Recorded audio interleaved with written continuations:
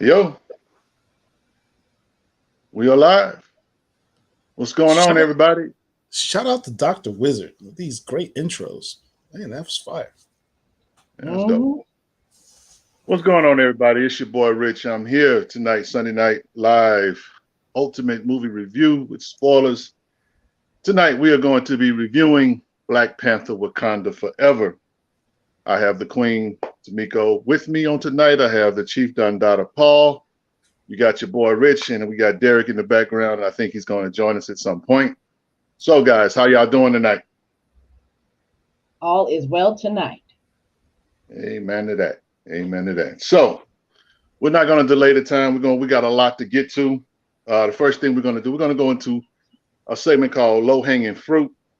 Low Hanging Fruit is a segment where we talk about news, and since we are talking about Black Panther, we're going to keep it right there, and we're going to bring up an article. Paul's going to talk real briefly about a Variety article and talking about basically how the movie did this weekend. So, Paul, check it out. Let's discuss this real quick. So, given the trajectory that this movie and how much money that it makes, what's going to happen with this film? Is this film going to make $1 billion or not? I know that's a good question. The article from Variety mentions the fact that it as far as the numbers for November goes, it set records for November. It hasn't made more money in an opening weekend. I think it's like the third highest rated movie for openings this year, behind Multiverse of Madness and I want to say Spider-Man No Way Home, maybe. Right. But it's doing well. Because obviously those films were $1 billion films. There's nothing else on the radar for the next few weeks to challenge it. I mean, the rest of the films, it knocked Black Adam off. Black Adam's not doing as well anymore. The other films that are in the theaters right now are mostly like smaller independent films. Emmett Till movie is out.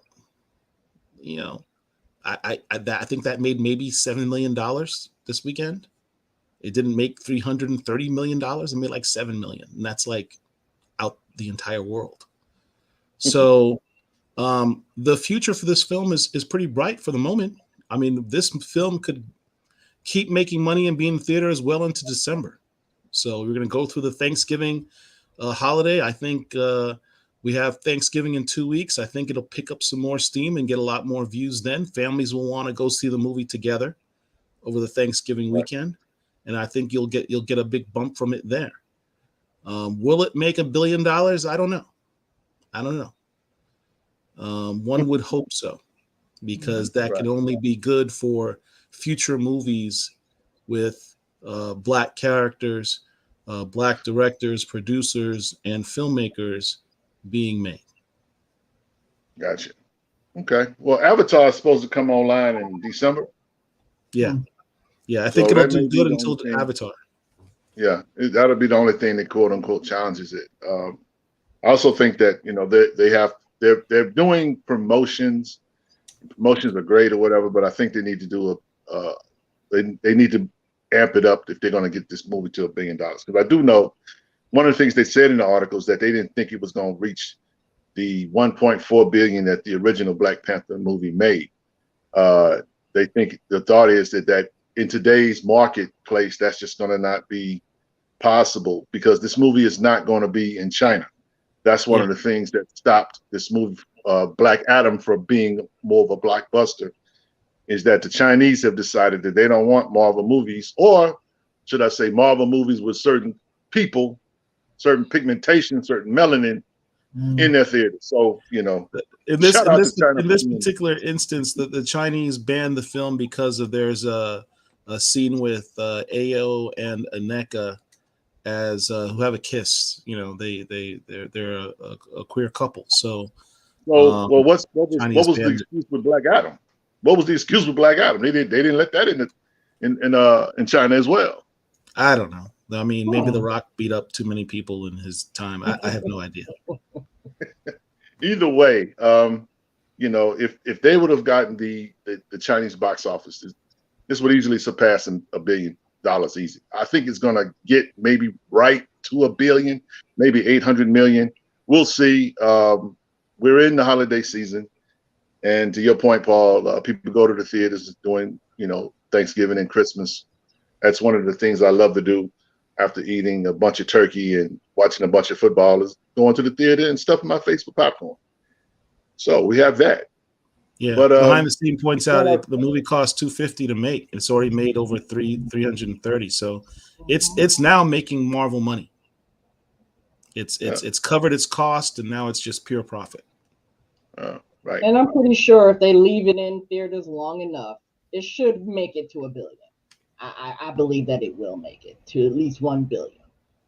Yeah. Now I wanna say this as we do the review on tonight, guys, and this is for all of us here, those of you that are in the chat.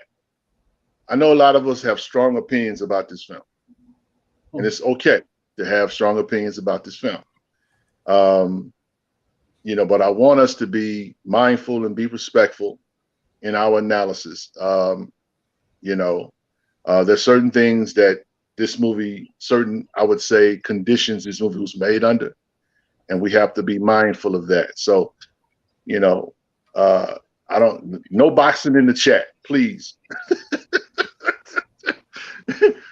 we don't need nobody arguing and fighting in the chat. We're not going to argue and fight with you guys about this movie. We like Certainly the will not. movie, and some parts we didn't dislike, but we're just here to offer social commentary for a film that we've been expecting and waiting for 2 years. So, with that being said, guys, we want to go ahead and just shift gears from low hanging fruit to the actual review. Now, shout out to my man Derek the Wizard. He put up a poll in the chat asking the guys, what their rating of the movie is.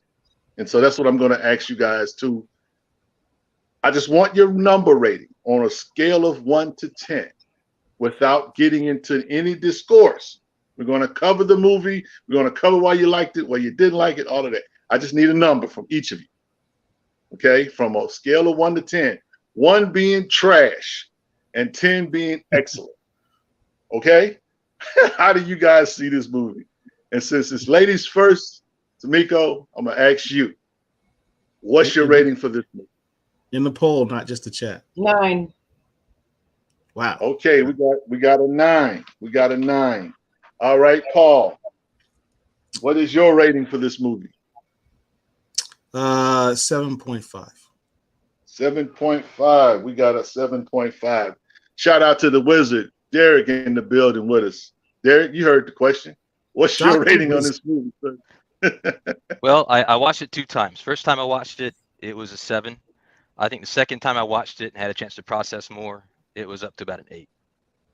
Okay, so we have That's also 9. a 7.5.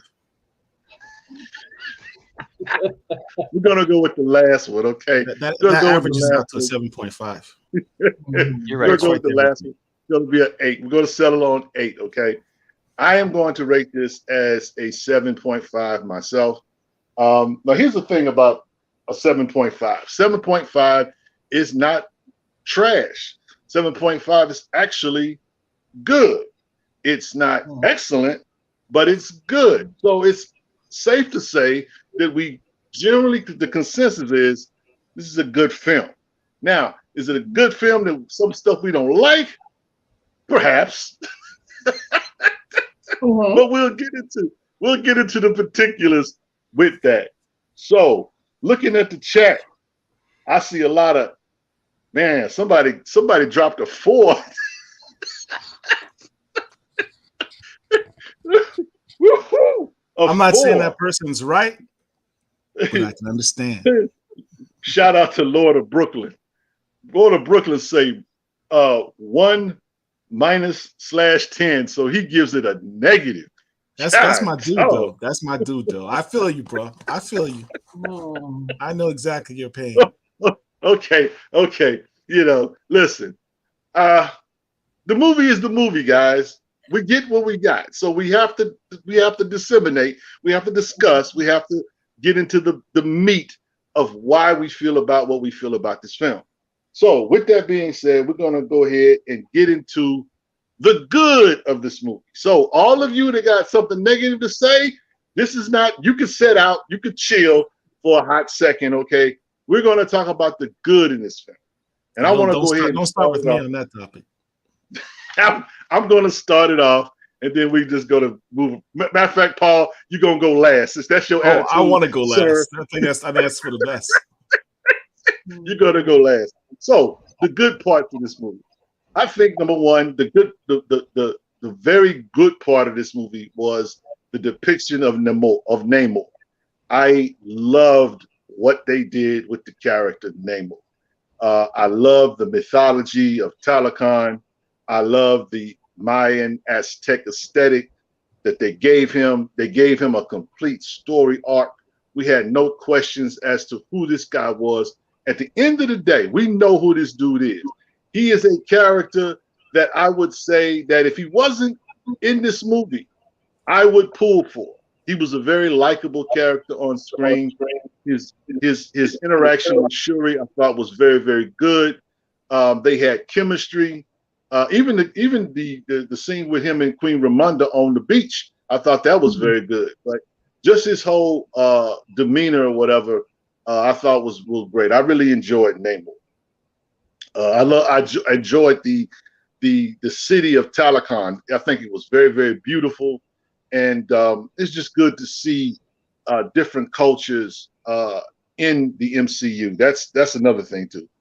We've not had that in the MCU thus far, so this was a very good introduction to this character in this retcon. I know a lot of people had problems with Namor not being from Atlantis or whatever, but I don't know. I know more fans, but it's like Hawkman. You know, say what you want. Wasn't nobody checking for Hawkman before Aldous Hodge put on the wings and stuff. Y'all wasn't no Hawkman fans like that. You can lie to me, but you can't lie to yourself.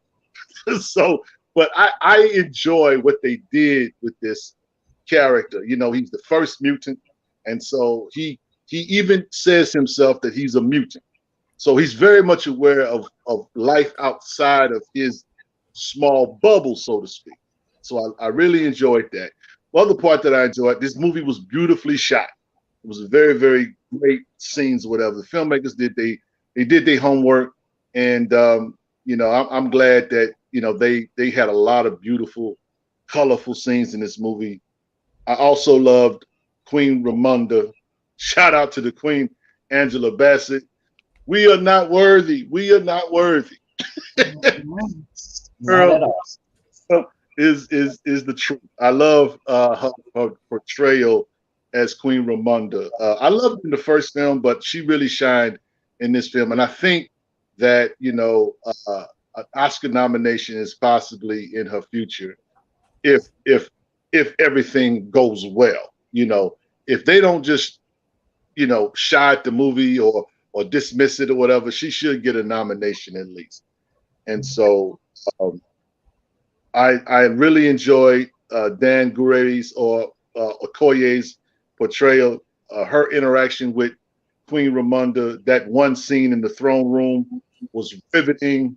Yeah, that was very, very passionate. That scene there, I mean, she dropped tears.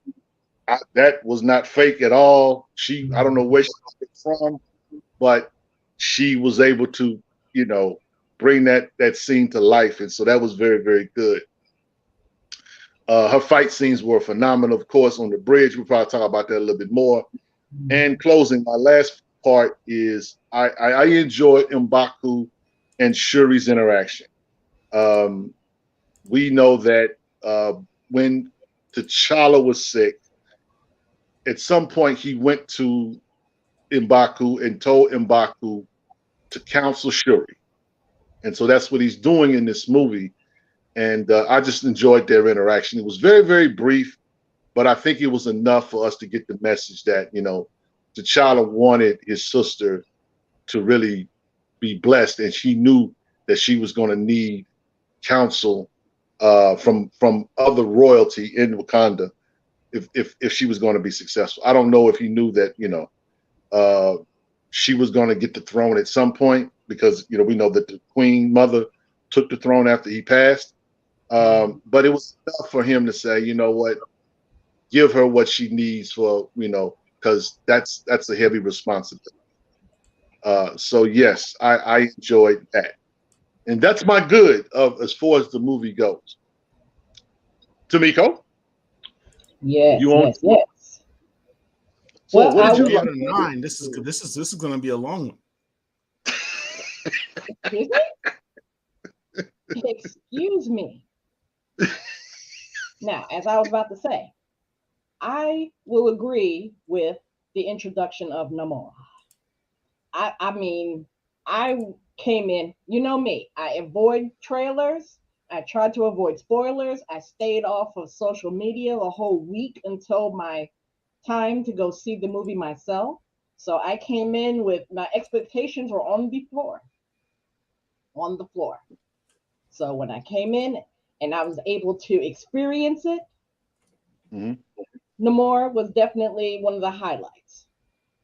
Because, I mean, Tanak Huerta is very easy on the eyes. I'm going to be incredibly shallow. They made the right That's choice. what's up.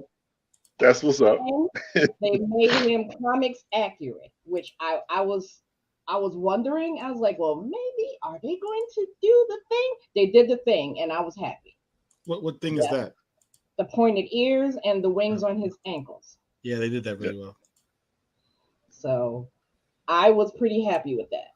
Of course, seeing everyone come in, Shuri's progress. I enjoyed the way that she rolled through the movie, because some people probably thought, well, they're just gonna walk in and they're just gonna hand her T'Challa's helmet and call it a day. But it didn't come like that. It didn't work like that. She had to go through a lot to get to the point where she would take on the mantle of the Black Panther. Right. And it was pretty realistic, and I enjoyed the journey that she went on, because she wasn't, she really wasn't feeling for this. She really did not want to do that. She wanted her brother. But since she could not have him, and then with the things that went on later on, and then of course her interaction with Namor, she realized that, okay, I'm going to have to take the mantle, because I can't let this fish man, as M'Baku called him, come and tear up my spot. Uh-huh. So I enjoyed that progress. Okay, I also enjoyed the introduction to Riri, because I thought, it was going to be like a little throwaway thing, but the fact that she was actually the reason that all of this was happening, it was pretty organic. I liked it. It went in, and She got that first clunky suit, and then of course having the Wakandans help her make a slightly less clunkier version of the suit. But we all know that that's not her final suit, so Right. it was pretty good, and I like the representation. Okay. Gotcha. So that's going to be. I'll leave it at that because see what When Mr. we Right gonna get to the has good to part? say. Good part. Paul, head of the cult of Bast. That's I all you need got. the good. That's all you guys got is your positives. Paul, what So I'm good gonna did you just see in the let me movie? just jump to my negative. No, I'm just kidding. Listen, let me explain my 7.5 rating. I think as a film, this movie is probably a 8.5 in terms of just being a MCU movie. When you compare it to the other MCU movies, beautifully shot, emotional, introspective. One of the top parts of this movie, in terms of just rating as an MCU movie, was the fact that the action sequences, there weren't a lot of them, not as much as I would have liked. However, the fight scenes in this film were superior to the fight scenes that you had in Black Panther.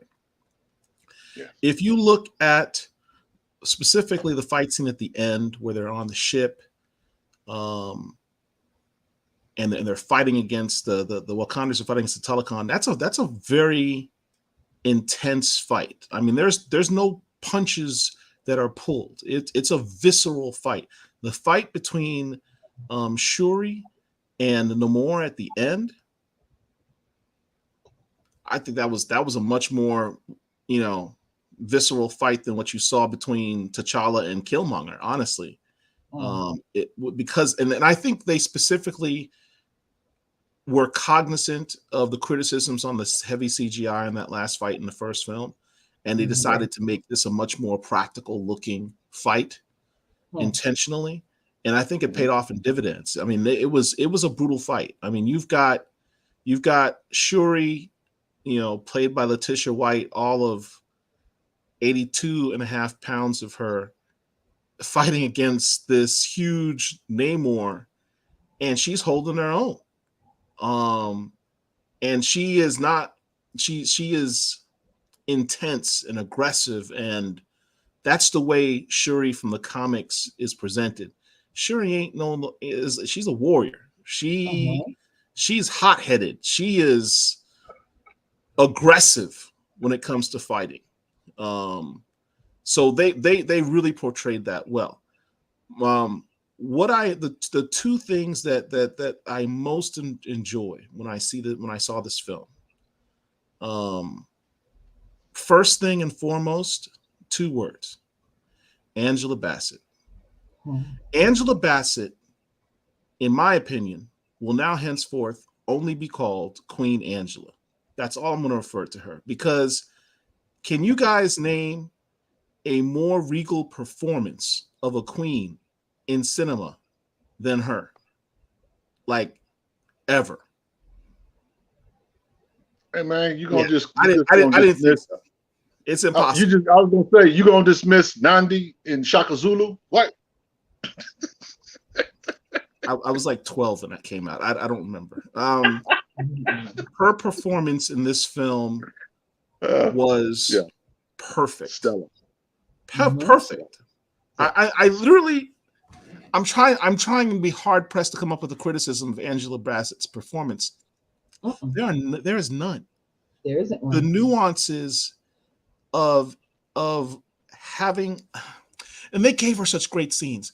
The opening scene where she's at the United Nations. Love that scene.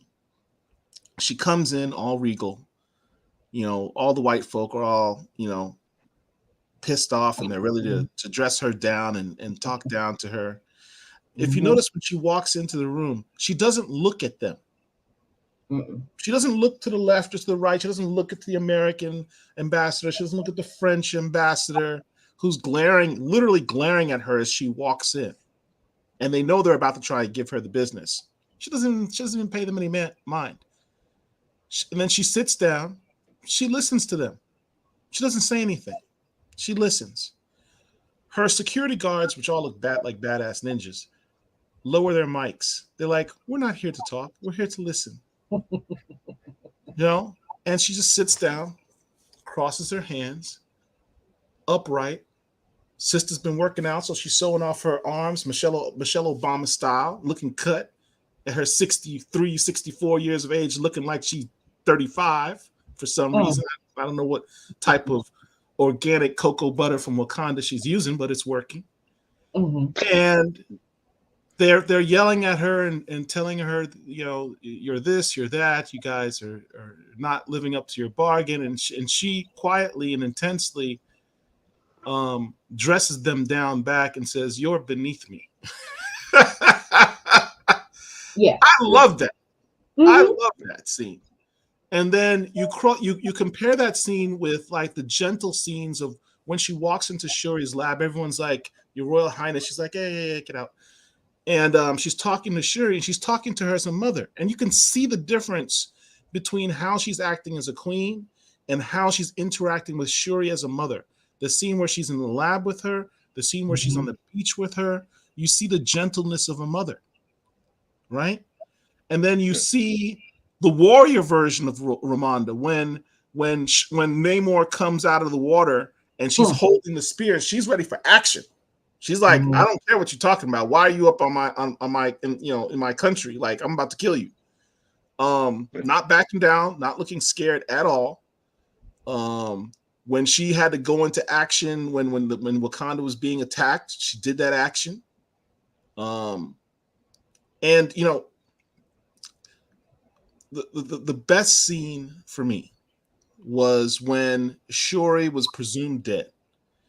And she's telling Okoye, who's like, after all I've done for this country, why are you treating me like this? He's like, after all you've done, after all I have given this country, my entire family's dead, and I'm the most powerful woman in the world.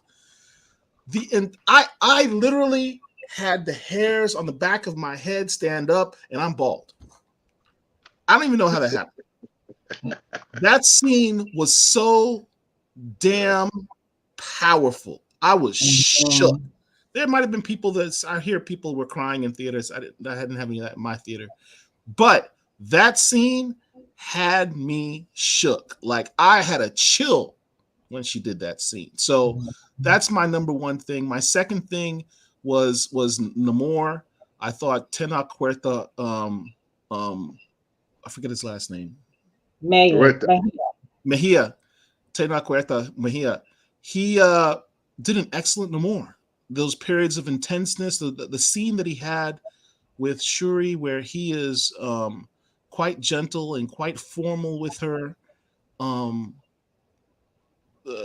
He's like a prince. He's Prince Namor. He's acting like a prince, and very matter of fact with her, and vulnerable.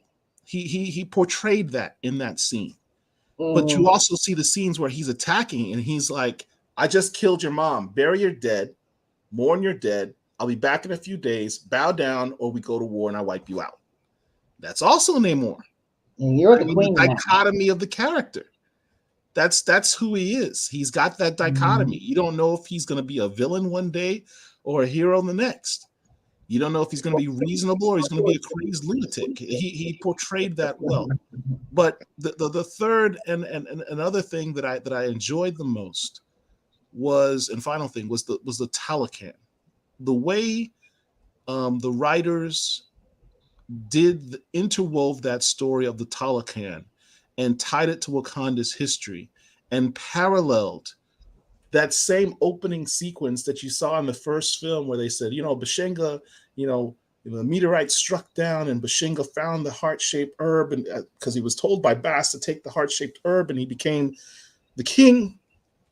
And they repeated the same story, but from the Talocan's perspective of their of their shaman who founds the heart-shaped, the glowing herb on the rock, and he brings it to his people and it transforms them. The parallels are interesting, and they're showing that Talokan is really a flip side of what Wakanda is, right? Because Wakanda had one individual who took the herb and became the protector of the people, whereas in Talokan, they gave this herb to all of the people, changed all of the people, and made them all super people, right?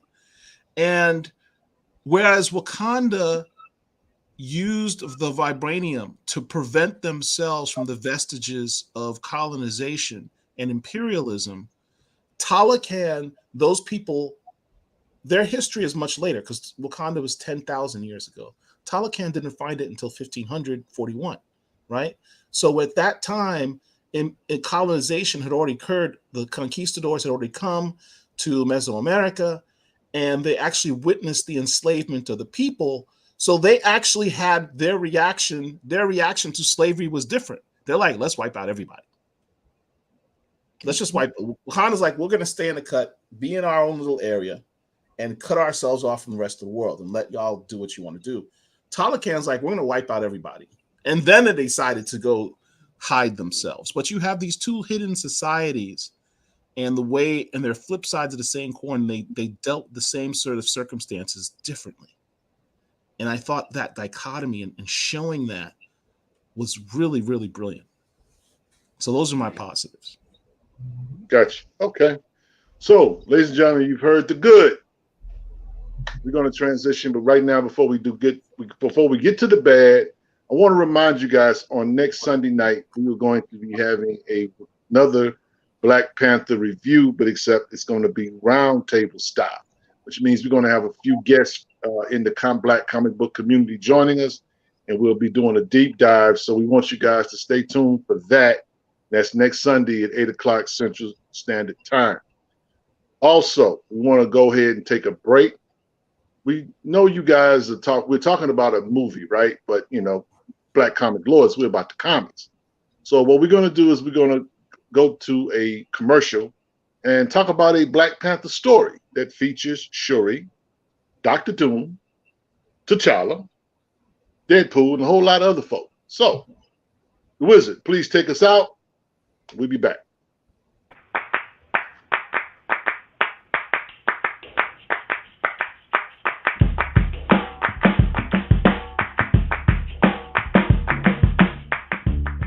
What's up, y'all? In a few days, Black Panther Wakanda Forever will hit the big screen. It will be an amazing celebratory action-packed film. However, you may want to just take a little time and read a story featuring the Black Panther Shuri as well as T'Challa. The story is called Doom War. Doom War is a 6-issue limited series that stars Dr. Doom, the X-Men, Storm, who is married to T'Challa, the Fantastic Four, Deadpool, the Dora Milaje, and the Midnight Angels, among others. Dr. Doom has managed to invade Wakanda with the help of the Desturi, a so-called dissident group who managed to pull off a coup in Wakanda. Hard to believe, but very much so. Doom's plans were effective due to infecting the whole population of Wakanda with nanites, which in essence caused everyone to become a camera of sorts, being able to bypass all of Wakanda's security protocols. Doom is a man on a mission determined to get all of the vibranium in Wakanda, and Shuri and T'Challa move against Doom to save T'Challa's wife Storm with the help of some of the X-Men and the Fantastic Four. The star of this book, though, is Shuri.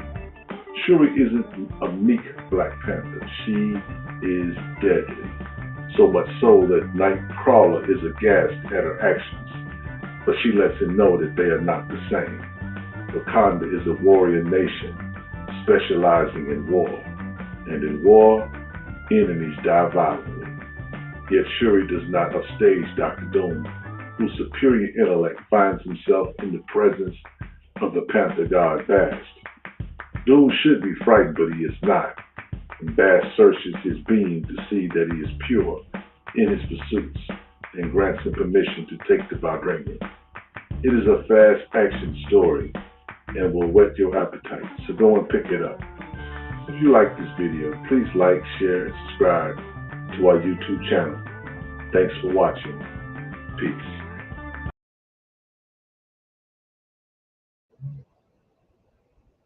Peace. Lords of Brooklyn is like, y'all got me on pause. I want to, go off and give all my negative comments. We'll get there, bro. We'll get there. He's probably gonna shine right now. So we're at this segment of the review where we talk about the bad. And so I'm gonna ask, which one of you guys want to go first? Not me. I'll let y'all. What about you, Tamika? I do. You want to wait? Okay. Listen. Well, go ahead. Like I said, I love the film. Okay, my quibbles were few. The main quibble really was the timeline. I don't think I'll probably have to try to catch it again on rewatch, but they didn't address the snap. I'm not going to call it that other word because that other word is so small and so ridiculous for what Thanos did to the whole MCU. So, I mean, I was thinking that, okay, this movie will take place during the time that T'Challa was gone for 5 years. So that was one minor quibble. And then the second quibble was at the penultimate battle on the ship in the middle of the ocean. Now, I get that they didn't want Namor and his peeps to come back to Wakanda. But why on earth are you going to put all of your warriors on a boat in the middle of the ocean? You're practically surrounded by people who can breathe underwater and the animals that they control. I was thinking, okay, that doesn't make sense. I mean, I get that they really wanted to just snatch Namor and get him out of the pocket. And then they probably assumed that the rest of the people won't fight as well when their king wasn't there. But come on, you have Namora, and you have Atuma tearing people up on that ship. So I was thinking that was really, really a poor battle plan. To be you're in his home field advantage. You're surrounded by water. And that was even before they figured out, oh, well, he needs water because he's different. The rest of them, they could probably have knocked him out of the box. But this one is different. So we have to get him somewhere where he can't get to the water to recharge and really tear stuff up. So I really did not like that battle scene. I didn't like them stuck in the middle of the ocean. And then the only people they had that could possibly help was Riri and the Midnight Angels. And it's like, you got 3 people who could possibly help against this horde of Talakans. And then you've got M'Baku, Jabari, and the other warrior tribes on the boat. And it looked really, really bad. And I'm sitting there like, how is this? They better not kill M'Baku. I was already kind of switched because they killed Queen Ramonda. But Namor did say he was going to kill her. So I was like, well, I'll let that slide. He did say he was going to kill her, and he meant that. And he did. So, but that battle on the ship, because I thought when they blew up the bottom of the ship, Namora took out the little thing on the bottom that stopped them from doing that siren cry. And then they had the little explosives, and they blew up the bottom of the ship. And I'm sitting there thinking, all of the Wakandans on this ship are dead. What is this? What is this? Yeah, the ship did not sink. And it did not. I was surprised, but that was the thing. So that was the thing. I said that I did not like that. Yeah. So that will probably be my only quibbles about this film, because I could gush for hours on the rest of the stuff, but I'll save some of that for next week. Gotcha. Okay. So, Paul, you want to go, or do you want me to go? Oh, you go. What was wrong with this film? Let's see. How many pages do you have? I'm trying to. I'm trying to see what I can actually say without offending anybody. Is that paper from like a dot matrix printer, like from 1995? Can't say that. Can't say that. Can't say that.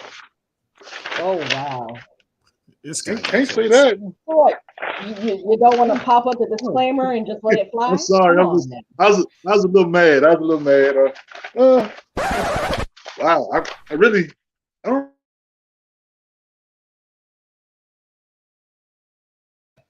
Lord. Woo-wee. Come on, hit us with it. Come on. I know you want it. Okay. I'll be nice. Okay, so the problems I had with this film. Okay, I'm Tamiko, I'm a story guy. Paul, I'm a story guy. So I felt like Shuri's story arc was incomplete. The scene where she's with Queen Ramonda in the remote part of Wakanda, she takes her down to the shore to do this ritual. And it was a year from the time T'Challa had passed. And so the ritual was to burn the clothes of the loved one that has died. So your grief takes on a new meaning. You keep the clothes for a year, and your grief takes on another meaning. Shuri's like, I ain't doing that. I want to see the world burn. I understand you lost your brother. I understand you lost your father. I understand you're dealing with grief. But why does Shuri really want to burn the world? When you've lived in a bubble called Wakanda as a scientist, that was one of the indictments that M'Baku had against her. He said in the first movie, you have trusted the technology and in the future of the Wakanda in the hands of a child. He referred to her as a child. So I'm trying to figure out. I understand she's upset because her brother is gone. She couldn't save her brother, but why you want to burn the world? Because we all have pain, and I when I lost my mother, I didn't want to go out and kill nobody. So I needed a deeper dive into her pain, if that makes any sense. So that was one of the things I had a problem with. There were scenes in the movie that didn't make any sense. One scene that sticks out to me was when, closer to the end of the movie, when they had the Warrior Fall scene. Now, here's the thing about the Warrior Fall scene. You and I, everybody loves the Warrior Falls in the first movie, that's one of the most beautifully shot places in the Black Panther film, right? We literally got to see maybe 90 seconds or 60 seconds of the Warrior Falls. We thinking it's Shuri coming out of the Quinjet, but no, it's M'Baku. He comes out and says, I know y'all expected to see Shuri, but she's not here today. I'm here to challenge for the throne. That's it. That scene cuts. We don't see nobody fight. We don't see, that's it. That's in. So that scene was incomplete. I didn't like that. The other thing was when they had the actual quote unquote funeral or celebration of life. The Quinjet shows up and takes the casket off. I'm thinking that they were right in front of perhaps Necropolis, but they take the casket literally elevates, goes up into the ship and goes off somewhere. I'm guessing it went to Necropolis, but we didn't get to see where they took the ship. I just thought that was kind of bizarre. They took it back to the Skrulls. Tragic. Now, this last part, see, I don't have a whole lot, Tamiko. I didn't have a whole lot. Last part, you hit on it, Tamiko. Why in the world are you on a ship in the middle of the ocean having this battle with the Talokan, right? And you named it, Tamiko. You said Riri and the Midnight Angels. What happened to the Midnight Angels and Riri? What did they run out of gas? They could fly. but they was all on the ship, surrounded by the surrounded by the Taliban. I mean, like, we're like, what happened to Riri's jets? She had a Wakanda suit on. Come on, yeah, bruh. Y'all can't get me to believe that. So I thought that was terrible. So as far as the bad things in the film, I could quote unquote be petty and name other things, and I will be petty. Let me be petty, Richard, for a sec. Richard Petty. Okay. All right. Now, Shuri in the comic books wears cornrows. Why is Shuri in this film with Riri's haircut from the comic books? It's like they switch hairstyles. I'm like, did they miss their appointment to see the hairstylist that day, and they just went with that? Because that didn't make no sense. That didn't make no sense to me. I'm just saying. Now I know that the cornrows on the Wakanda suit, the metal suit, that was kind of cute. But I just thought about it. I was like, that's Shuri's hairstyle. That's Riri's hairstyle. I don't know. I'm just saying that's not comic book accurate. As a comic head, these are the kind of things we look at, right? So that's kind of how I saw it. And again, I think there were little things also as well, but those are the main bad things that I saw in the film that I just really did not have any answers for. I just thought there was a lot. Here's the thing: before I switch it over to Paul, we do know that Marvel has already said that there is going to be, or there is, a director's cut of Black Panther: Wakanda Forever. So we might get some answers when the DVD is released or when they put it on Disney Plus and we have the deleted scenes and we have all this other extra stuff or whatever. There is a director's cut that's going to be probably published maybe later on. But either way, we'll see. The editing was a bit fidgety. Yes. It was. It felt rushed in certain places. I think, that they had a deadline. They had to kind of make something happen, and they did the best they could with it. So that's how I see it. So Paul, now Derek, I'm gonna need you to run Paul's disclaimer. You didn't run mine, but I'm asking. This is an OG Rich call. I'm gonna need you to run his disclaimer, please. I believe the disclaimer will be absolutely necessary.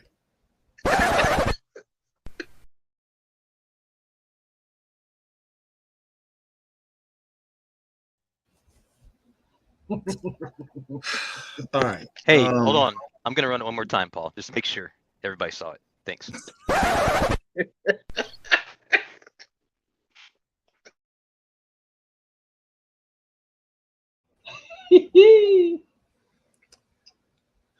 Where do I even begin? Well, let's deal with the main thing, right? My most consistent criticism of this film, even before it came out, was what was intended or rumored to be the death of T'Challa, which is unnecessary. If you've seen this film, and I assume everyone who's here has seen the film, I ask you a question. If this entire film had taken place during the blip, would it have changed the story tremendously? No. You could have had all of the mourning and grief and all of the I had to say goodbye to Chadwick stuff simply from the fact that the king was dead, as assumed by him being snapped out of existence by Thanos. They could have had all of that. You could have taken away the end credit scene, right? Would people like me be upset at that point? No, because you have your death of the king, you have your funeral scene, you've got your grieving scenes, you do the rest of the film, take off T'Challa Jr., this love child, off the end. And and all debate is ended. You put your little end credit thing, the Black Panther will return. You might even change your end credit scene to have something about Skrulls, or I don't know, whatever.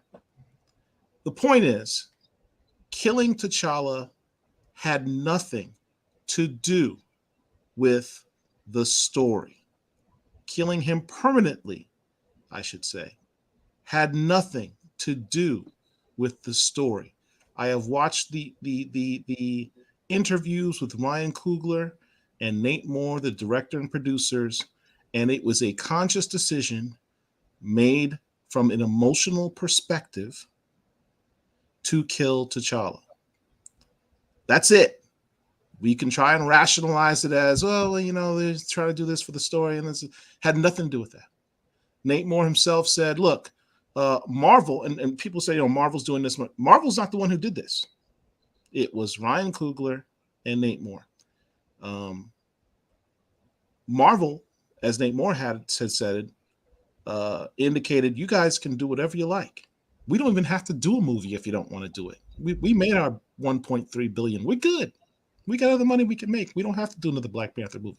That's what Nate Moore said. They did not have to do another Black Panther movie. Y'all talk about, oh, don't worry about it. They'll recast it in the future. They're not going to walk away from a character that made 1.3 billion. Nate Moore himself said, Marvel told us we don't have to do another Black Panther movie. We'll move on. So don't assume, oh, they're going to recast T'Challa at some point. Marvel said it's not necessary to do that. And then Marvel said, what do you guys want to do? Whatever you do, we'll go with. Ryan says, I can't see myself making a movie without my friend. I can't see us having a movie where there's a guy named T'Challa and have our actors talk to them and I have to give directions to them, and that'd be too emotional for me to do. So I killed him in the movie. That's what he did. Yeah, he did. Not because it was part of the story, not because Marvel told him so, but that was the way that he felt was best for him to deal with his grief. Yes. They were close. They became close. I've experienced that level of grief. Richard's experienced that level of grief. Tamiko's experienced that level of grief. We've all lost people like that. I understand that pain. When my father died, I'm not going to get into it, but I was a mess. So I understand that level of pain. But I didn't go to work and say, you know what?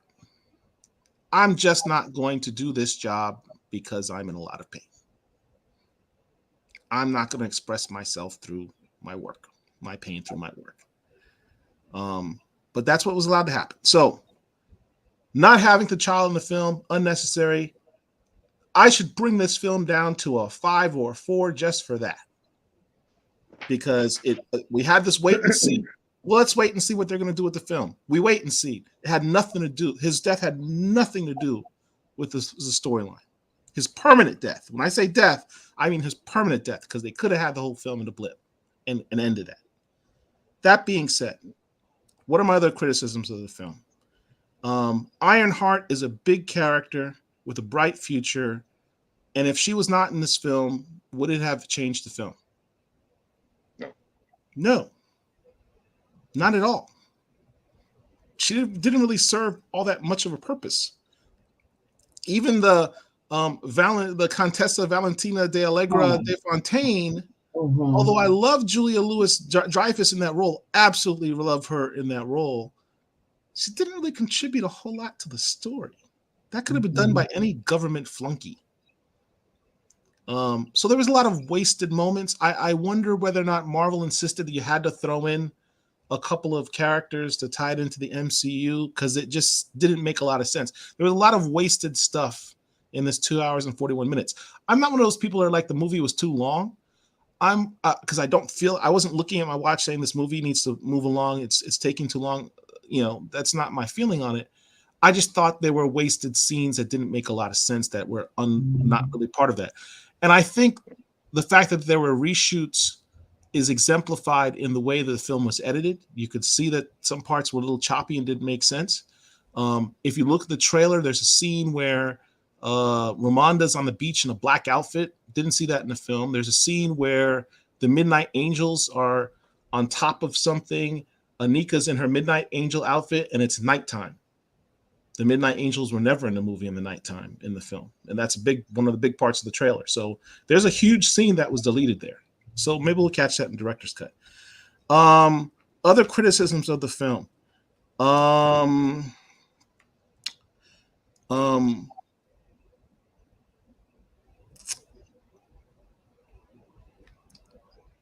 do I say this? We're a family show. We're a family show, Paul.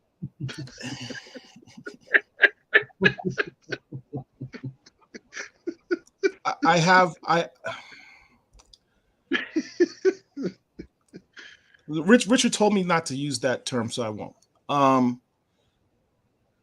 I really wish they had not thrown in the mid-credit scene at all.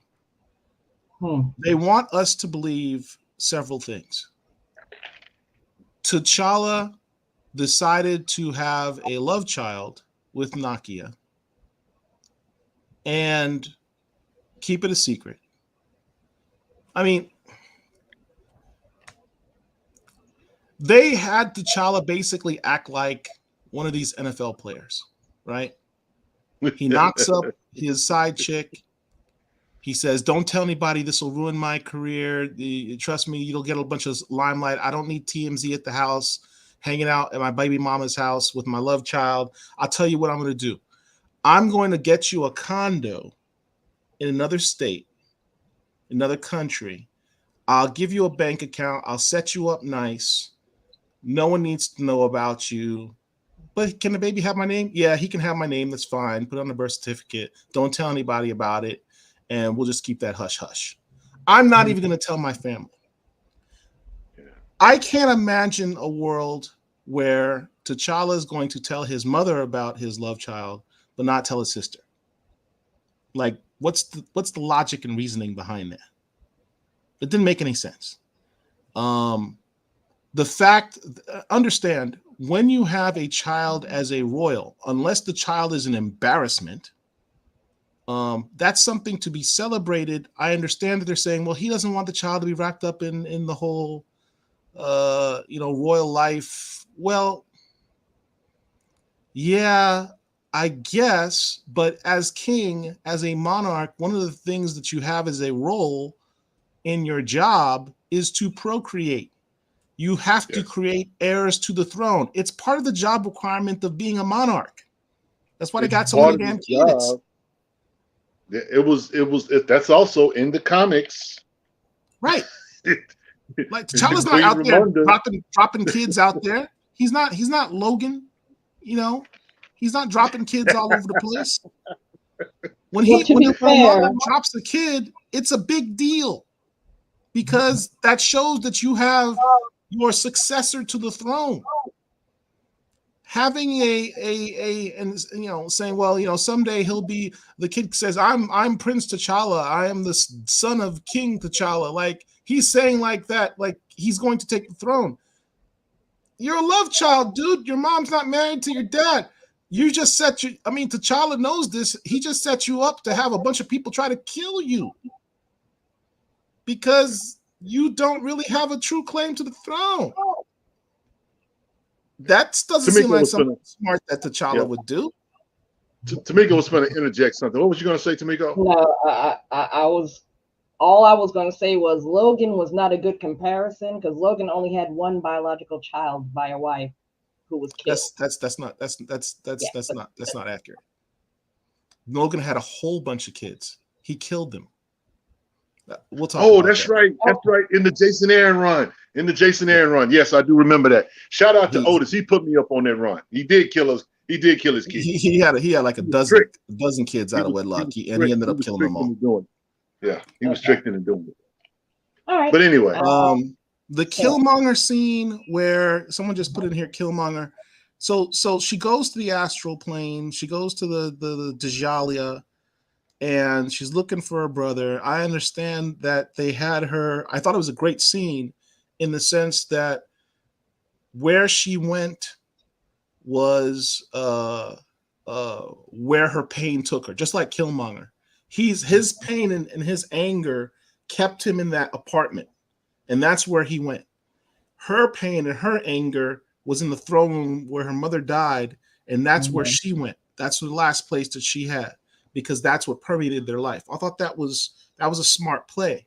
What I did not like was the fact that Killmonger was talking about T'Challa in that way, where he says, "Look, do you want to be noble like me, princess, or you want to take care of business?" Like, almost like T'Challa's weak. Are you saying T'Challa's weak? He wouldn't take care of business. He's just going to be noble and put his nose up in the air and let Namor slide? Because at last I checked, T'Challa means something. It means he who puts the blade where it belongs. And in the comics, he did that. Right through Namor's chest. He ain't weak. He's never been portrayed as weak when it comes to Namor.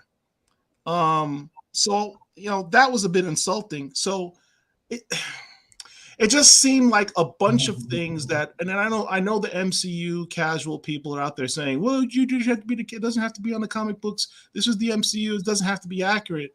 But damn. I mean, you got a guy who's getting sick, not telling his family about it. You got him having kids out of wedlock, keeping them a secret, hushing them away. You got him being described as someone who's just kind of weak and going to be noble over trying to take care of business. Can we emasculate this dude any more than they have? This has nothing to do with I don't want. And look, for all you guys that are making comments in social media about MCU, you guys are idiots. All right. Having women in and I've seen this movie, and people are like, oh, well, it's all women-led film. I watched the film. I wasn't like, oh, well, this was a middle finger to all men. I didn't really get that. I mean, I thought it was just an enjoyable film. It just so happened to have a lot of women leads. But I didn't really get that it was emasculating to men because it had a bunch of women leads in it. That's not what I'm talking about. I'm talking about the fact that they literally emasculated T'Challa as a character, and it had nothing to do with the other women in the film. That's what I have a problem with. And we know that did it. And finally, the stuff that you guys mentioned, Wakanda seems kind of weak. Like, if you had put a SEAL team on that boat, I think the SEAL team would have done better than Wakandans, right? Like, they have guns. Like, why is M'Baku hurling around a stick? Like, can you give the man a 45 with some armor-piercing bullets to get through the blue-hided skin of the Talakans? Like, y'all had the spears with the guns, right? The laser beam things in the first movie. Where was the laser beam spears? I didn't see. Did y'all see laser beams? No. I saw people using spears and chucking people and stabbing people. And then there was already from the bridge with Okoye. Okoye literally stabbed the dude. Stabbed him through. Turn the spear, which means it keeps the wound open for those who are familiar with martial arts. That's a good thing. It means you're going to die. You're going to bleed out. Drop the dude on the ground. He was lying there. And then he got up 5 minutes later. She was like, oh, I can't believe these guys. These guys, I gave him blows that should have killed a normal man, and he got right back up. Well, these were Talakans. So your tactic is to go back into battle on the boat with just spears again, and you're just slicing guys that automatically apparently have a healing factor and will immediately get up if you stab them? How was this a workable game plan? And can I interject too? And Nakia is the lone remaining war dog. Didn't they have like a whole throughout the entire world of war dogs? There's a whole war dog nation out there, spies all throughout the world. You've got the Midnight Angels flying around, the battle on the ship. Why aren't they shooting? All the Wakandans are on a little edge on the tip of the ship, and the rest of the ship is all Talakans. Just bomb them. I got a question. Here's a question. Okay. It didn't make any sense. The whole battle made no sense. Now, there's a scene, of course, when they get ready to start fighting the Wakandans, right, on the ship. All right. Now, but before that, remember they were singing. The Taliban was singing to them, and they were being hypnotized and Right. falling off the edge of the ledges of ships. They Right. were doing that, and so my question was like, where did they get the earplugs from? Where did they even know to use earplugs to you know what I'm saying? Because it was kind of like, hey, the Dora Milaje are always prepared. They're always prepared. Mhm. They always yeah, prepared. but the rest of Wakanda wasn't. And look, you already know that you're Wakanda, right? Before you get to the end, you already know that you've got a water-based foe. You already know, that they're going to attack you from the water. Why didn't you mine all the waterways? Why didn't you set up not just electronic sensors in the waterways, but actually have people in the water, set up some submarines, to give regular reports that it's all clear? They didn't have any cloaking technology. They would have been able to tell, hey, there's guys coming down the river. They're going to wipe out everybody. And on top of it all, how the hell did Nate, and this is like inconsistencies. You have this scene with Ramonda and Shuri on the beach. Ramonda's asking her to do the funeral ceremony. They're talking. They're like, yo, burn your thing. And T'Challa and Namor just pops up. Like, how did Namor know they were going to be at the beach at that time? Because Ramonda just said, hey, I got a great idea. Let's go to the beach. Like, he was just hanging out in the water all this time saying, I'm sure they'll probably, of all the places to go in Wakanda, they'll probably come to this beach here at this time. I'm just going to chill here with the fishes and hang out with my friend Squiggles over here, the squid, and wait for Ramonda and Shuri to show up so I can talk to her. Well, I'm sure they have eyes everywhere. Yeah. They got the Taliban got their own war dogs. They're just stuff, little stuff like that just didn't make any sense. Like I felt like there were so many scenes that apparently were missing to explain stuff. Yeah, and maybe that's why they did so many reshoots. They're just, I don't know. I mean, again, it's one of those things where it's not. The writing is definitely, it had issues. So the wizard is here. So there.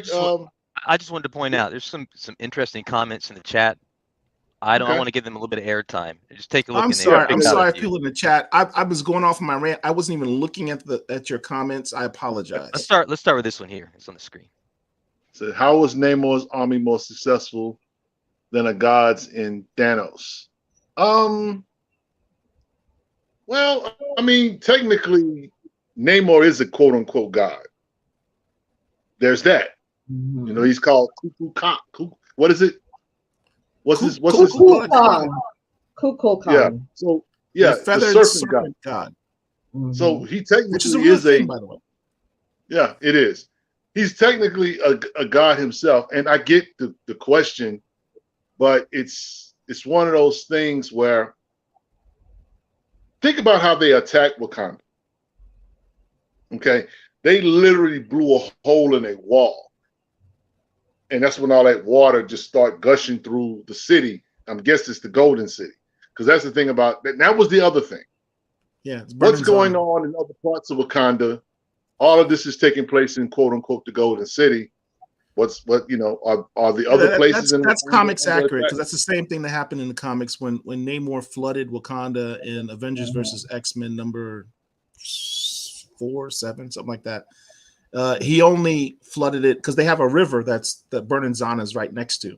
And so he flooded that river and made it tidal wave and wipe out the city. So it only wiped out the capital city, not all of Wakanda. Yeah. So there's that. So we can't really say that. I mean, I just think that that's the story that they gave us. Vela Supreme says, you can't protect a prince from a throne. He's going to hopefully inherit one day. You have to get him ready for what the responsibility of leading a nation feels like. Right. One of the things you might want to do is marry his mom so that there's not a challenge to his validity as the prince. That might give your son a little less problems. Yeah. If you're a good daddy, that might be a good thing to do. And here's the thing. I don't imagine T'Challa doing that. And while I love Haiti, why would you have your child on the other side of the world? Yeah, that's Literally on the that bothers literally me. So, on the other. bro, not only on the other side of the world, right? So the idea is his anonymity will protect him. So I'm going to stick him in Haiti. Haiti's a beautiful country. I love the Caribbean. I'm West Indian myself. But I also recognize that in the beauty of these Caribbean islands, there are also some parts that are not that safe. You're sending your child, your love, to a country by themselves. Granted, she's practically a ninja, right? She's highly trained and very capable, obviously, more so than the average mother. But still, stuff can go down that has nothing to do with him being the heir to the throne. I mean, she could just get robbed one day. We have school shootings here in the United States all the time. Maybe Haiti doesn't have school shootings like that because they don't have a bunch of guns running around. But, you can imagine someone having a disgruntled day and say, hey, I'm going to wipe out everybody or kill somebody or get into a fight with T'Challa while they're playing soccer in the street and says, I'm going to beat you up. And T'Challa gets killed. Like, yeah. Here's the thing, Paul. A lot of in that. Like, you might want to send some bodyguards undercover to just protect Nakia. I don't know. Let me ask y'all this. Wouldn't it have been cool? They did the mid-credit scene or whatever, right? With introducing the Kia's child to Shuri. Wouldn't it have been cool though when the Queen Mother went to Haiti to see Nakia about getting Shuri back? Wouldn't it have been a little cool if they had just kind of dropped him in that scene or in that part of the movie where she kind of I thought about that. I think he was one of the kids he was playing in the street in soccer, and she's the one that brought her into the school, right? Yeah. So he was that was the same kid. She was well aware of who he was by the time she went to go see Nakia. Yeah, so. Yeah. He was T'Challa was the one who brought her into the school. Well, I mean, I'm just thinking that cool if they would have made the introduction that this is your grandmother. I thought that would have been kind of cool just to see on screen. I think that would have been more of a surprise than what they did at the end of because that's kind of how they ended the movie. They ended the movie with this introduction of this character. So that's just my thought. If you have a love child who's an heir to the throne, you do what normal monarchs do. You throw your kid in a boarding school in Switzerland. You want him to learn about a mayonnaise? Okay. You don't put them in an underdeveloped country that has a history of instability. Now, no disparagement to Haiti; it's a beautiful country, but you would think there might be some safer places you might want to throw your child. Now, I like this comment that he makes. Vel Superb. He says T'Challa in BP1 scorned his dad for keeping secrets, but now in this movie, he's hiding the whole child. Yeah, that is the portrayal to Chad's T'Challa. It didn't make any sense. Yeah, the very thing he scorned his father for, right? It doesn't. This is not my T'Challa, man. This is not my T'Challa. Yeah, sorry. I mean, it is what it is, guys. Do we have any other comments, Derek? We need to go over. There's tons of them, but hey, yeah. Would it have killed Nakia at the end to say, yeah, T'Challa and I got married secretly here. We had a priest. His name is Brother Voodoo, who happened to marry us, and I had this child. Yeah. Well, I mean, let me ask you this though. Nakia though was with her being a war dog, and she's kind of independent. Her introduction in the movie, in the first movie, was that this was T'Challa's ex, but they still had feelings for one another, right? And he literally surprises her by interrupting her mission, and it's all to bring her back to Wakanda for his coronation and to bury her father, right? So she has a thinking that's not traditional in a sense. I'm not saying it's right, Paul. I'm just saying she's kind of independent like that. She's kind of, which is why when she moved to Haiti of all places, this is a woman that has been in Asia. This is a woman that's been probably through all out of Africa. but she decides to raise a child in the West, in Haiti of all places. So it's not out of the realm of impossibility based on who I think she is mentally. But I will say that a character like her, she tells Okoye that he was my everything. So it's not to say that they weren't married, but maybe they felt like, I don't know, you know how people is today. People don't get married, they shack up, they common law, whatever. Yeah. And specifically in the last film, he had offered her to be his queen, and she refused. Yes.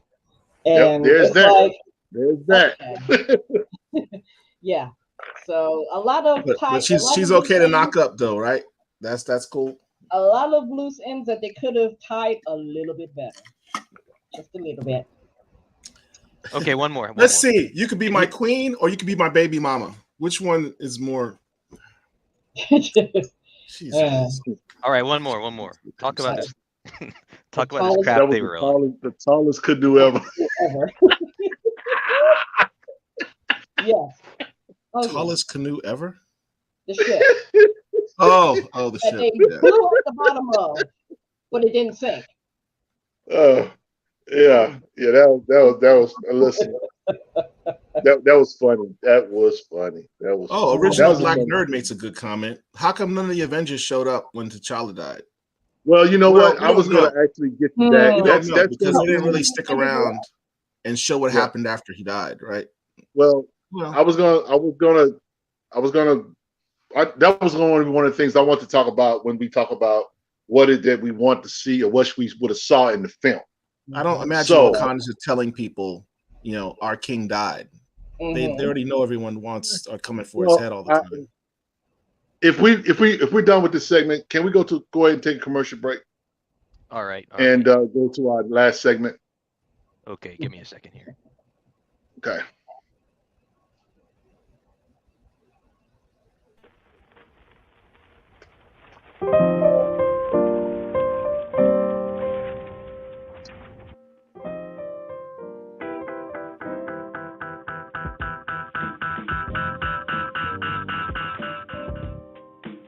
The Marvel Cinematic Universe Phase 5 is upon us, and kicking off this new level of Marvel greatness is Black Panther 2, Wakanda Forever.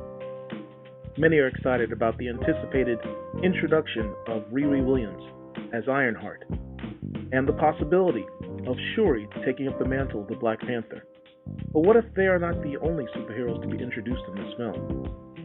One of the Black Comic Lords recently re-watched the Black Panther film, and noticed that approximately 34 minutes and 6 seconds in, this individual that creeps into the right side of the screen in an orange tunic with stylistic blue tattoos on his left arm. Where did they see this person before? As we're the Black Comic Lords, we reference the comics. Specifically, Black Panther Volume 8, Number 3, the introduction of Tosin Oduye. Who's Tosin Oduye? Tosin Oduye is a young Wakandan hero. As a child, he witnessed the social isolation of Wakanda, the war, and the country's belief of superiority. His tribe, the Marube, shunned Wakanda's use of vibranium for tech and found ways to refine and bend the metal to serve them. He gained the powers from vibranium tattoos. He learned to flow with vibranium, with it flowing with him and through him, and trained to be able to protect his people from war. Tosin, like his people, have a great deal of disdain for the people of Bernanzana, the main capital of Wakanda, who, in their eyes, are quite frankly uppity. Consequently, this disdain carries over to T'Challa and the royal family themselves. Could Tosin be the future of Wakanda? Could Tosin be Wakanda's new Wakandan hero? We'll see you at the movies.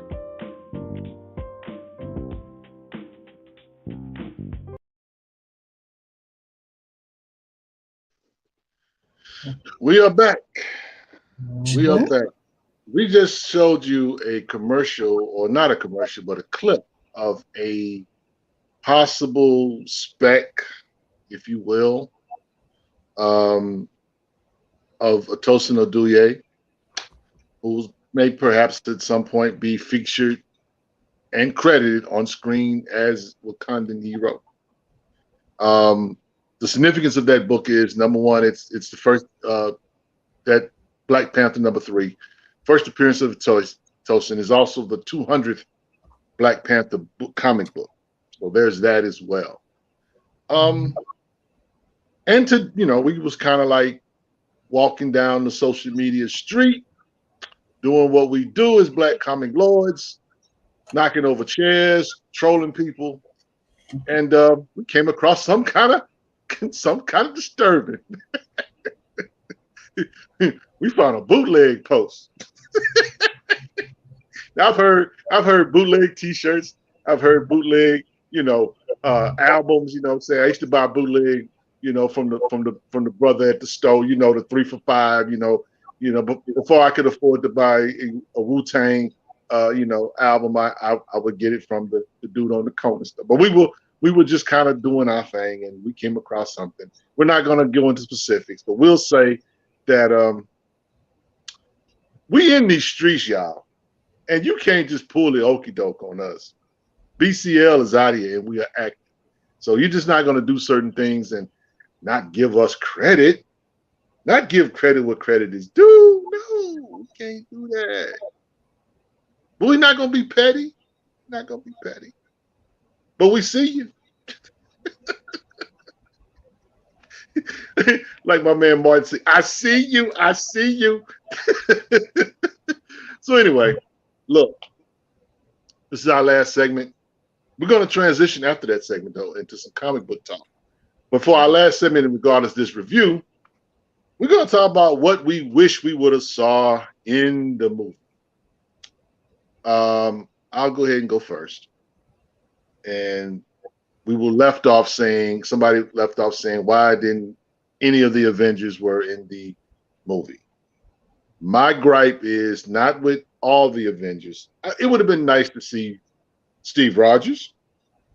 I didn't care about Rhodey, but really, Bucky Barnes, you lived in Wakanda.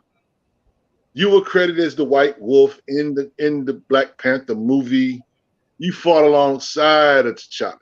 Anybody should have been in this movie, whether it been in a suit or whatever, or just put on that funky caveman thing they gave you to wear when you was out there herding hay in Wakanda. You needed to be right there, my brother. You needed to be right there paying your respects. We didn't get to see any other superheroes, and I felt like that was a disservice, because trust and believe, when Tony Stark died, saving the whole universe, restoring order, everybody and their mama was at the Stark house paying their respects. That's the character you killed, or that's a character that died. So I hadn't even thought about that. When Tony Stark died, they had a huge showing, and T'Challa dies, ain't nobody show up. Not even the dude whose life he saves, Bucky Barnes. Yeah. So there's that. I wish I would have saw that. What I wish I would have been in BP? T'Challa. How about that? How about my man's in the movie? It's Black Panther. I would have liked to see T'Challa, but that's just me. I would have liked to see Necropolis. If you're going to put it on screen that T'Challa is gone, then give us that mythology, or give us that part of the story arc of where the Black Panthers are buried, or where the Black Panthers go to rest their remains. Yeah. Give us that. They could have given us that. So that should have happened. And my last thing is, we don't know what's going to happen with Black Panther for the foreseeable future. I know we got this kid. He's 6 years old. His name is T'Challa. But I don't feel no better about T'Challa being recasted or whatever than I did before.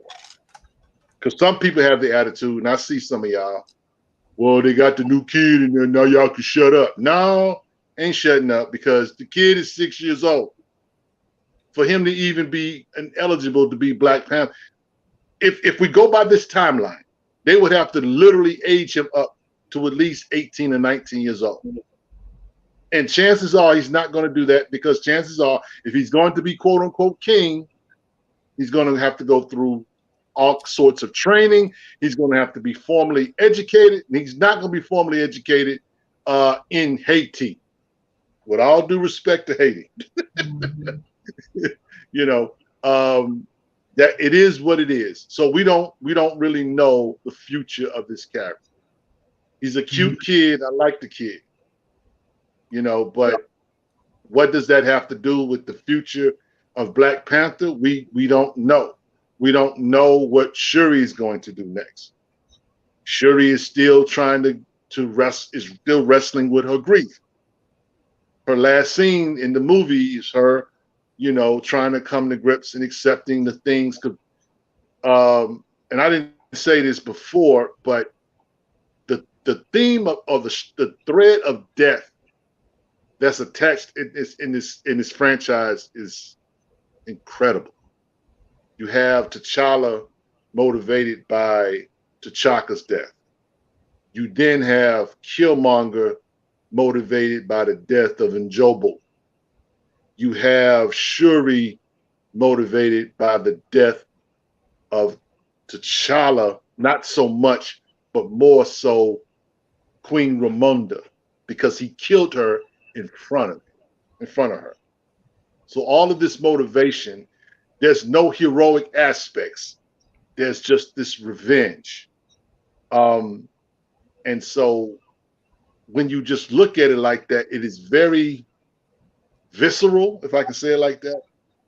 It's very venomous and there's no real, and that's why I love Queen Ramonda's part, because she tried to give her this balance of it. Like, hey, I understand what you're going through. I lost my husband, I lost my son, but you can't carry this death like this.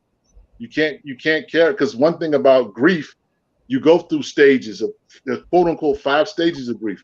And I'm gonna be honest with you, you're gonna go through these stages of grief several times. Some people will say that, you know, when you're done with one, you're done with it. No. You get upset, you get angry, you accept it, and then there are days when you don't. There are days when it's like, you know what?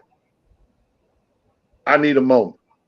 When I think about my mother, there are days when I'm happy and I can laugh, and then there are days when I tell my wife, I need a moment. I'll get in the car and I'll go for a ride, because I don't want her to see me cry. I don't want her to see me upset. These are natural things. And so this character, you know, we got an incomplete story, I feel, you know, so I wish this story would have been more complete.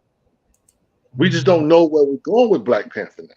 We just don't. And that's what I wanted to see in regards to what I wanted to see in the film. What about you, Tamika? What is it, anything that you wanted to see that you didn't see in the film?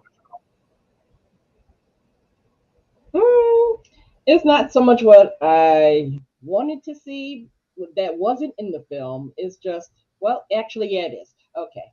Midnight Angels. Now, I'm a comic head, and then of course it takes a lot for me to cut that part off when I go see a Marvel movie, because I know that the Marvel movie is not going to be exact to the comics. So in this iteration, okay, Okoye and Aneka are the Midnight Angels, and in the books it's actually Io and Aneka. Right. But of course I figured that, okay, Okoye was demoted and pretty much tossed out of the Dora Milaje, and then she was going to go sit in with M'Baku and the Jabari, because that's where she went. And then I guess that makes Ayo the new general of the Dora Milaje. Yes, she did have the gold garb on at the end of the movie. Yeah, she did. So it was just a little quibble, it's a little thing, okay? Because I was sitting there thinking, okay, so in order for Ayo to be a Midnight Angel with the NECA, then they're going to have to do something to Okoye in the next movie, and I'm not looking forward to that at all. So it's just comic book quibbles. That's pretty much it. And I just really wish that this movie was edited a little bit tighter. And we know that there's a director's cut, but still, it's just the way they put it together. I didn't like too much. And then the one other thing, okay, I know that MCU has to have their connective tissue in all of their films, but they could have left our favorite colonizer really off of this whole thing. I mean, he really had nothing to do other than chit chat with his Wakanda people and then get caught by the government and then starting this on the run nonsense, because that last scene with Okoye snatching him out of the van, they could have just left that. They could have just said, well, okay, he was arrested. And then in a show, in Secret Wars or another Disney Plus show, they could see what happened to Everett Ross once he got arrested. He didn't really add anything to this movie. No. I think that unfortunately there's this thing where Hollywood, if you do a black film for white people to accept it or whatever, you have to add. Eddie Murphy experienced that when he did his Coming to America 2, and they put Lonnie Anderson in the movie as he had the dashiki on. I don't know if you saw the film, but he had a dashiki on, and he was still working at McDowell's or whatever. But they told him, I think it was Columbia that told him that they had to put him in the film. That it was a condition for them to do the film. So I'm not saying that's Marvel's same thing or whatever, but there was no reason. To your point, you're right. There was no reason for him to be in this film. I like Everett K. Ross, kind of like Paul, but he really moved no needles in this film at all. And the connective tissue that we talk about with the MCU, it was really non-existent in this film. And that's the other thing. This was supposed to end phase 4. You know what I'm saying? It's like, okay, what did you really say going into the next phase? You really didn't say anything. You just kind of we kind of limped to the finish line of this end of this quote unquote story arc. So what do you think, Paul? I mean, what is it that you wanted to see? You wish you could have saw in the movie, bro. T'Challa. Now, Paul. Now, Paul. Y'all have to get up in the morning and go to work. So keep this to a minimum, please. The movie's called Black Panther: Wakanda Forever. The Black Panther is T'Challa. Period. End of story. You can editorialize and say, all right, well, Shuri was the Black Panther in the comics. She was there for a minute. I have no problems with Shuri being Black Panther. Zero. So don't take it there. This is not a I'm anti-woman wants to be Black Panther thing or anti-Shuri being Black Panther. This was expected. She's supposed to become Black Panther in the MCU. She's supposed to. That's what the scene in the first movie was, where she goes, does anyone else challenge for the thing? And she raises her hand. I want to get out of this corset. That was a callback to the concept that she's supposed to take the mantle someday. But T'Challa wasn't dead when that happened. In that book that Tomiko just raised, T'Challa wasn't dead. T'Challa has never died in the comics. As I said at the beginning, it was unnecessary for him to die. And now that's been proven by seeing the movie, I gave it a chance. It failed. There was no reason to kill T'Challa permanently. They could have done the blip storyline and left it at that. They could have not replaced him with a love child at the end and just left it open-ended. He has to come back. We know if he died in a blip, he has to come back, and then let the next director deal with it. If it's too emotional for you to deal with this subject matter, let the next director deal with it. Punt it. punt it for the next director. Ryan Coogler did a fine job with these films. He's an excellent director. I'm not saying that, but he's not the only director. There are other directors that can do it. Anton Fuqua. Give it to F. Gary Gray. There's other directors that can do it. Just like actors, just like there's other actors that can play T'Challa. So that's my first thing. T'Challa should have been in the film. He wasn't in the film, fine. Then say he died in a blip and left it at that, and let's not talk about the recast in the film. I would have preferred if they had not said anything about recasting him in the film. Just let it be a standalone film where Shuri takes the mantle, and we don't know what's going on with T'Challa in the future. And have the focus be on her. Yeah. Give her time to shine. And we'll deal with T'Challa further down the line. But replacing him with T'Challa Jr. and saying he's dead, that's a slap in the face to a lot of fans, man. Because you can say, oh, well, he can do all the same stories. No, he can't. He's not T'Challa. He's a kid that doesn't exist in the comics. You know, these MCU movies are based on comics. I get that. They're not fully 100% on the comics. I get that. But your general premise of the characters are the same. You go see a Batman movie, you're not going to see Dick Grayson or Damian Wayne take on the mantle. Right? We're not going to see someone other than Peter Parker take on the mantle of Spider-Man. You're going to see the characters that you saw in the comic books. Doing it this way is a slap in the face. Well, let me ask you this, Paul. I didn't mean to interrupt you. I wanted to ask you this, because to this point, Ryan Coogler has been a phenomenal director. Okay, but he just happens to be a director of a film in a franchise where one of his closest friends dies, and we all handle grief differently, and I think this was his way of kind of doing it. And I mean, again, that's not to give him any excuses or whatever. I just felt that he was under pressure to honor his friend, and at the same time create a movie that would be serviceable, if that makes any sense. Kevin Feige is recorded as saying this is the most important. He believed that this might be the most important film that Marvel has done. He said that recently. I don't know. With all due respect, Richard, I get all that. Yeah. But that has nothing to do with what I just said. I know, right? But what I'm getting at, though, is go ahead.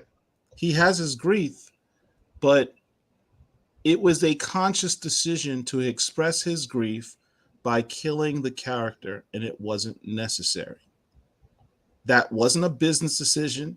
That wasn't a decision for the franchise. It wasn't a decision for the character. It wasn't a decision for the fans. It was his personal expression, his farewell message to his friend. And he did it on film. He used a $250 million film to express his grief for his friend. That's not to marginalize his grief. We all know what the grief is like to lose a loved one. But at the end of the day, I got to keep it a stack. He used the $250 million to express his grief. Yeah. There are better ways to do that. You can go get counseling, bro. I mean, it's very short-sighted to do what he did. Do y'all think he did narrow vision? It is a myopic vision to do what he did. Let me ask you guys a question. Do you think do you think he did the movie too soon? Yes. What about you, Tamiko? You think he either did it too soon, or he should just not have dealt with the issue at all? Or he could have done what Zack Snyder did when his son died when he was filming Justice League, and pass it on to another director. Yeah. I think it could have been too soon. However, I'm still going to give him his flowers because this was a beautiful film. I mean, regardless of the quibbles and the things that didn't make sense. Okay, that didn't take me out of the story. this is still a beautiful film. This is still a film worthy of the tribute to his friend, and I'm not going to knock him for that. Yeah, yeah. I just think, for me personally, I think he was in a, he was caught between a rock and a hard place. It's kind of hard. He's got obligations. He's got a contract. He's wrestling with this grief. You know what I'm saying? And it's kind of like, okay, well, I want to do this because here's the thing. Let's say he does everything that he was quote unquote supposed to do right, and let's say he doesn't do a tribute to Chadwick. I mean, there will be people that would say, well, man, are you that cold? And why you didn't do a tribute to Chadwick? And they put that responsibility on him. He took it on. He took that responsibility on himself. But he may have, to your point, didn't have to do that. But he chose to. Notice none of my comments had to do with his tribute to Chadwick. I didn't say anything about his tribute to Chadwick. I thought he did an excellent tribute. One of the concerns I had for the film is that it might belabor the death too much. You mentioned, Rich, that this movie really was about grief in all its forms, and death and grief. It's a theme throughout the entire film. That might be a bit of a criticism, but I was afraid it would have gone a lot further than that. Like, I was afraid that it would have been like half the movie would have been just one big long funeral thing, which it was. It was not. It took like 10 minutes at most. So credit to him for that. And I think he made a beautiful film despite all of the stuff that he went through in the process of this. My singular main I stand on this square criticism is his conscious choice to kill T'Challa in the film the same way the man in real life died. I disagree with that. Well, that's just having him die from a basically cancer in the underspecified thing in the same way. And here's the thing too. I had some issues. I had some issues with that. I'll give you that one because I thought that was like a little bit too much of breaking that fourth wall. It doesn't have to emulate life perfectly. Well, you know what? I will. Yeah, I'm sorry. He's in between a rock and a hard place. I mean, he really, to be honest, I don't think he really had that much of a choice in the matter. He did. T'Challa died in the MCU. He did. He did not want to pass off the responsibility of honoring his friend to someone else. He didn't have to. T'Challa actually did die in the MCU, technically, in the blip. You have the movie take place 5 minutes after that, and you have them do the same. Nothing changes.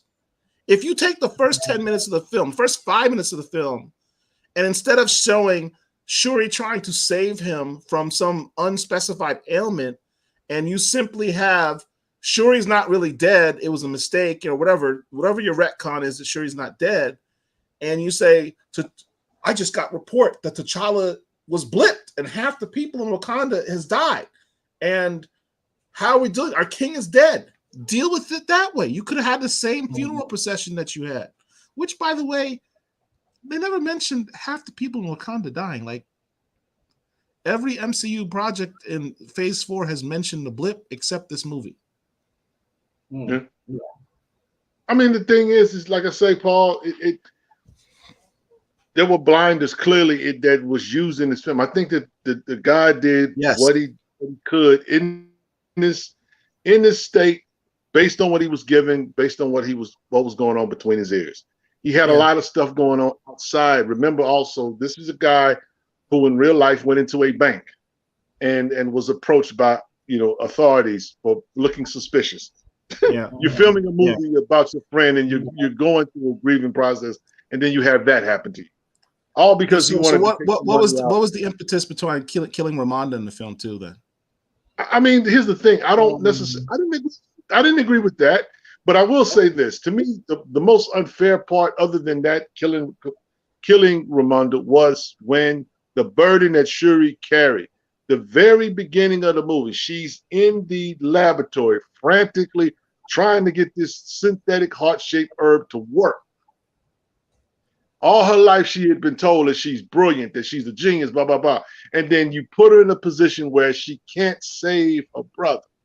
Mm-hmm. You That's could have done the fair. same storyline with the blip, where you have someone who literally at the end of Infinity War was using her scientific talents to take out the Soul Stone from Vision's head to save Wakanda and save the world. It failed, and now she's broken because half the people in the world is gone, including her brother, and science couldn't have saved it. And she's freaking out because science was her religion and it failed her. Same story.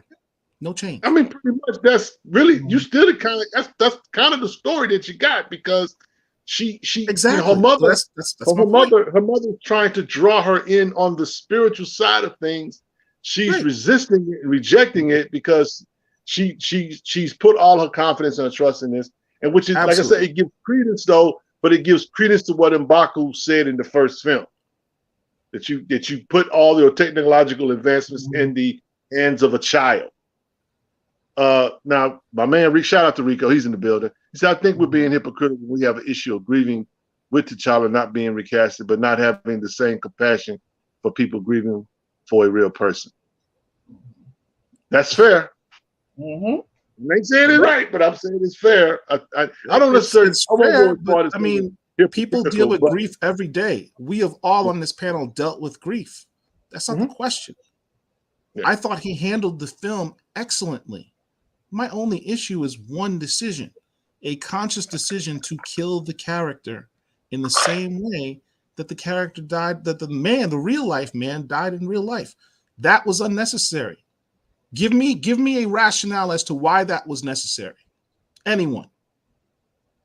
I'll wait. I don't think you can. I mean, I like what Chad Kensler says. It simply should have took more time before making the decision on T'Challa. And again, we gotta recognize something, that at the end of the day, this was a business decision, Paul. No, it was not. It was not. For the reasons I stated before, Disney said, "Do what you want to do." Yes, he said he wanted to do this. Even that is a business decision. Because the reason why I say that is because, let's just keep it a stack. There's a currency in pain. There's a movie out now called Till, which is about a child who suffered a brutal lynching, burning, castration, stabbing, etc. Yes, and so some people would rather you go see that than this. I don't think it's right. I don't think it's fair, but it is what it is. I know that when it comes to us, particularly Black people, we handle things a certain way. Who is it? I think Leroy Jones, Amira Baraka said it like this: we are a blues people. And because we're a blues people, they get currency, or they make merchandise out of our tears. They make merchandise out of our grief. They make merchandise out, and so I can't say that I'm shocked. I can't say that I'm surprised, but I'm also will acknowledge the fact that these are the kind of things that our stories are rooted in. A lot of our stories are rooted in pain. Things we suffer. I mean, there's a Octavia Butler's film or book, Kindred. Right now, they just made it into a movie, I want to say, and it's about, a Black or interracial couple in antebellum slavery, dealing with that whole dynamic. I mean, all of the movies that have come, not all the movies, but many of the movies. What is it? The HBO movie, Country something. What is it called? The series. Not Backcountry, but I don't know about the UFO, not the UFO, the aliens. Lovecraft Country. Yeah, that's about a monster movie, but it's settled in what, the 1950s. Black people are, dealing with all kind of different things, whatever. We think that's dope, but it's in the background of a very troubling time in our in our history. And so we got to see it for what it is. I'm not agreeing. I happen to agree with what you're saying, Paul. It was unnecessary, but they did it. And so because they did it, this is the road that we're on. Some people are going to see it. Some people refuse to go see it. Everybody has a priority to do what they want. I just think that we also have to give Ryan Coogler props. And if this movie wins an Oscar, it won't Angela be because Bassett definitely deserves a damn Oscar. I'll tell you that. It won't be because she died. She literally gave a stellar performance.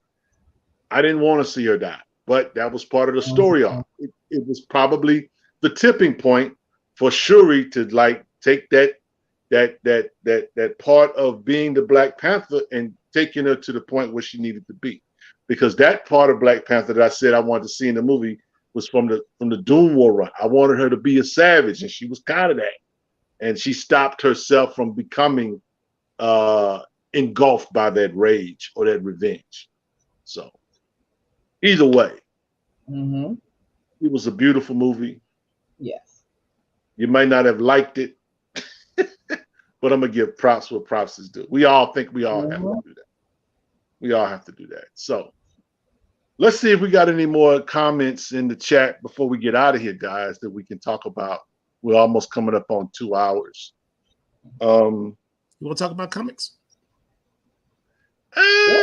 After talking about do y'all really want to talk about some comic books? What about you guys in the chat? Do y'all want to talk about our reads of the week? Say yes or no. Now Imani says I can see Namor getting the Oscar. It would be cool. No. It would be cool if you got an Oscar. Better not be before Angela Bassett. No. Oh, Now let's look at the list. How do you rate Wakanda? 59% said between 8 and 10. Yes, that's pretty good. 5 to 7, 22%. Only 7% less than 4, and 12% hadn't watched it yet. Well, shout out to you, those 12% that have watched this spoiler review and hadn't been to the theater. Rico says, "Yeah, Letitia Wright did her thing. She did. She did. I think she had some good moments of acting there. That scene that I found that was the most riveting was that scene where she first announced to the Wakanda she became Black Panther. She's talking to M'Baku, and she looks at him. He's like, "Well, I don't want to do this because I don't want to go to war because I don't want my people to go to war." And she turned to him and said, "I'm the Black Panther. You're going to go to war. Do we have an understanding?" Right? And the savagery where she's like, "I don't care. We're going to war." Like that was out of the comic books. That savage Shuri, the angry, I'm about that action. That Shuri was in that scene. Mad props to Letitia Wright on that scene, because every time, up until that point, you've never really seen that level of intensity from Shuri before. That's the first time you saw the Shuri from the comic books, which is a completely different character than the Shuri that's been to this point shown in the MCU. That scene showed a different side of Shuri that I really enjoyed. Yeah, I definitely see the maturity level of her from the first film to this film. So if she gets nominated for an Oscar as well as Best Actress or Best Actor, I'm sorry, I wouldn't be mad at that. I wouldn't be mad at that at all. Here's the thing, guys. I think that we got enough moments in this film to where we can say for definitely that this movie was worth the price of admission. And this journey of agony, grief, or whatever you want to call it, overcoming it, was worth the price of admission. I watched this movie and was riveted by some scenes or whatever. Again, my favorite, Angela Bassett's Queen Ramonda was beautiful. I was like poetry in motion. She was in. Poetry in motion for sure. I'm hoping that she gets nominated. And if Wright gets nominated. And the soundtrack, let me tell you, I stayed there the whole time because the music throughout the whole movie was so beautiful. And I'm sitting there going, I don't buy soundtracks, but I'm definitely going to get this one because the music to each scene was pitch perfect. So somebody had mentioned earlier about the scene where M'Baku at the end is at at Warrior Falls, and he showed up and said, sure, he's not joining us today. Just for clarification on that, the MCU has already declared that being Black Panther does not necessarily mean that you're also the ruler of Wakanda. They've separated the rules, the two roles within the MCU. So that's different. That's divergent from the comics. So she can continue on being Black Panther and being the protector of Wakanda. And by showing up to Challenge Day, and M'Baku saying, I challenged for the throne, in the next film, assuming there is one, he may very well be the king of Wakanda. He will not be the Black Panther. He can't be the Black Panther because he worships Haruman. He does not worship Bast. That is not his god. So he doesn't want to be Black Panther. He will be king, but he will not be Black Panther. And along the lines of the comics, that's kind of where the comics are heading anyway, because right now M'Baku, the new version of M'Baku anyway, is the regent for the Empire of Wakanda, Intergalactic Empire of Wakanda. So he's already taken that leadership role. T'Challa is no longer king of Wakanda. So for all intents and purposes, he's like the highest ranking member of Wakanda, of the Wakandan government or empire at this point. So that's consistent. And if you're looking at the illusions that you had in the most recent issue of Avengers, Shuri's vying to be an Avenger. She may end up becoming Black Panther. That's what's up. So anyway, look, we're talking a little bit of comics. We're going to go ahead and take a break. When we come back, just to let you know, we're done with our review. So what we're going to do, guys, for those of you that in the chat, you want to stick around. This is the show after the show. We're going to talk comics for a little while. We're going to talk comics. The show was the after partying. That's what's up. So, Derek, could you take us to blackcomiclords.net commercial? We'll be back with some comic book talk. Get you some libation, refill your cup or whatever. We're having a blast, y'all. Be back. Let's go.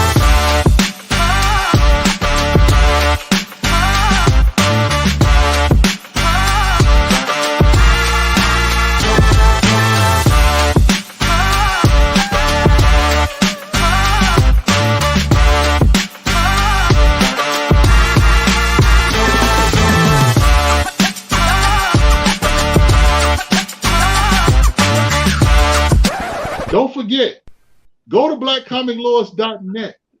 Get you some merch. That beautiful shirt that Paul has on, you can get that. That sticker that Tamiko just showed you, you can get that. You can get that on a shirt. You can get that on a mask. You can get that on a backpack. You can get that on a mug. You can get that on you can get that on anything. We got it for you. We got some heat for you. Go to our website, blackcomiclords.net. And check us out. Let's go.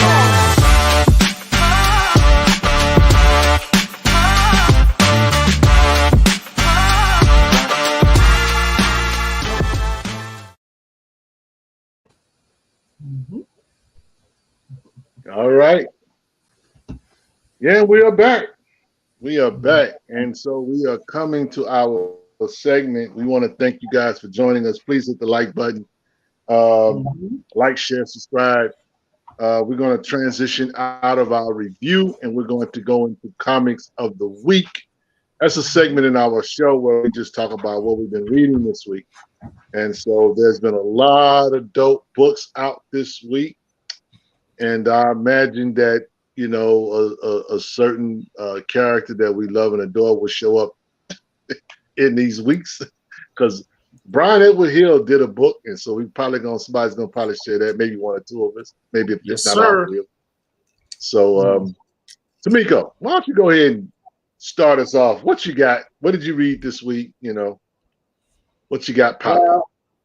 Well, since I wanted to keep in the theme of this show, I instead decided to go back into my personal collection, into my Black Panther box. Pull out Shuri's Run, in the Black Panther, Okay. the deadliest of the species. Okay, Yes. this is, of course, Why is that book so thick? because it's the trade, sir. What? I could not pay the rent money for each individual issue. And I think there are What 12 the issues devil's in a this trade? one. It's all thick. It's a book. Anyway, It's and a as I was trade, saying, I could not pay rent money for all these individual issues since, Shuri's hot right now. So, of course, that's book one. And then, of course, Power, book two. And Is that of another course, trade? Is that another trade? Yes. Okay. Yeah. Okay. It is all right to have trades if you cannot get the floppies. And of course, No, it's yeah. Don't. Of course, we got good old Dr. Doom, and we got Namor, and of course, Shuri, ready to fight. Okay, and the last trade. Another one? Last one. Closet of Yes. That's a slept on run. Mm-hmm. That's a slept on run. Yes. Man, we didn't even bring up. Go ahead. Oh, sir, it is not that thick. Come on now. Dr. Wizard getting his funds in. Come on. How often do you see Dr. Wizard ever control anybody whose name is not Paul? This is, of course, a good option if you cannot get your hands on all the floppies. All right. Yes. So this is, of course, what I was reading this week. Yeah, that's an interesting book too. In that, I forgot to mention in what I would have liked to see in the film. That because that particular run takes place in the Savage Lands. Yep.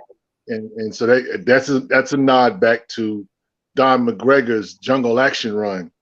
So that's a very, very good run, trade, or whatever you want to call it.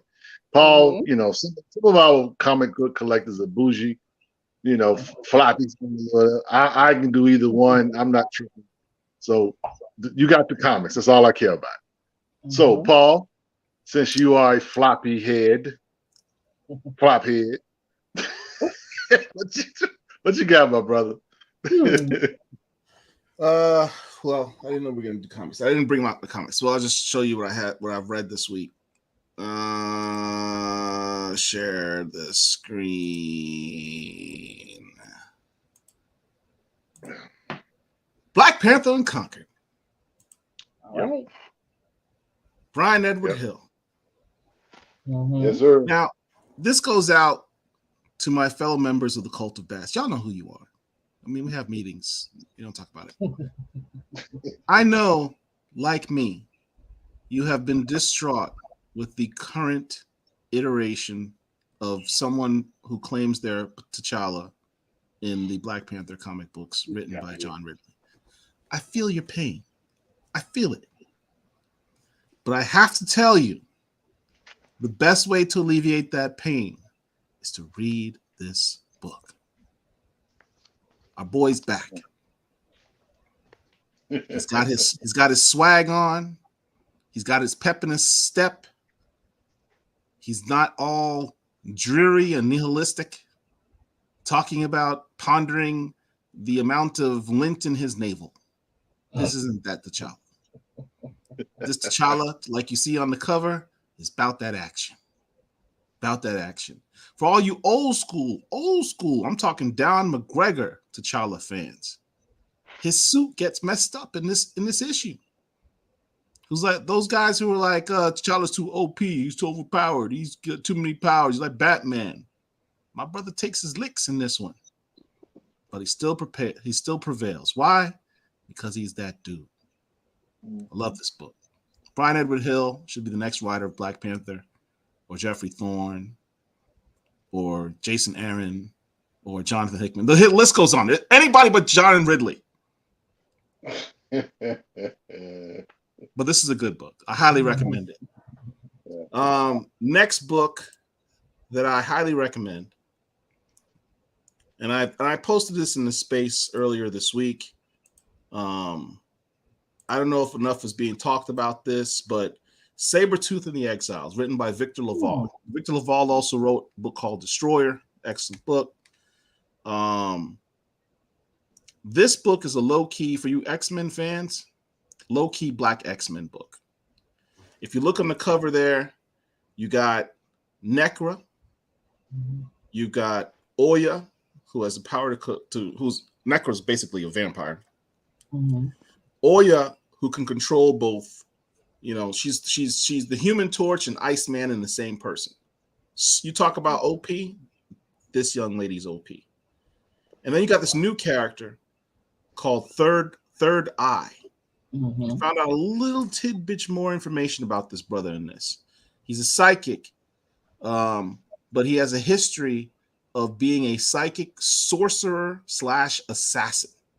They just dropped that line in this book. I immediately went on Twitter and begged Victor Laval to give us more. He liked the comment. Hopefully he'll take that to heart. Hopefully we will get more on this brother. Hopefully he will get his own solo series if necessary. Necra could like lead her own team. She's got leadership qualities. I mean, it's been so long since she's been in a book. It's great for them to recognize that she's a mutant, and have her be. She's bonding with Oya in this. Two Black girls in the team bonding. It's just a beautiful thing. Sabretooth and the Exiles. Highly recommend this book. And finally, and literally no one's talked about this. Maybe one person in our space has talked about this book. Blood Syndicate, issue 6. Look, let me tell you. Listen here, y'all.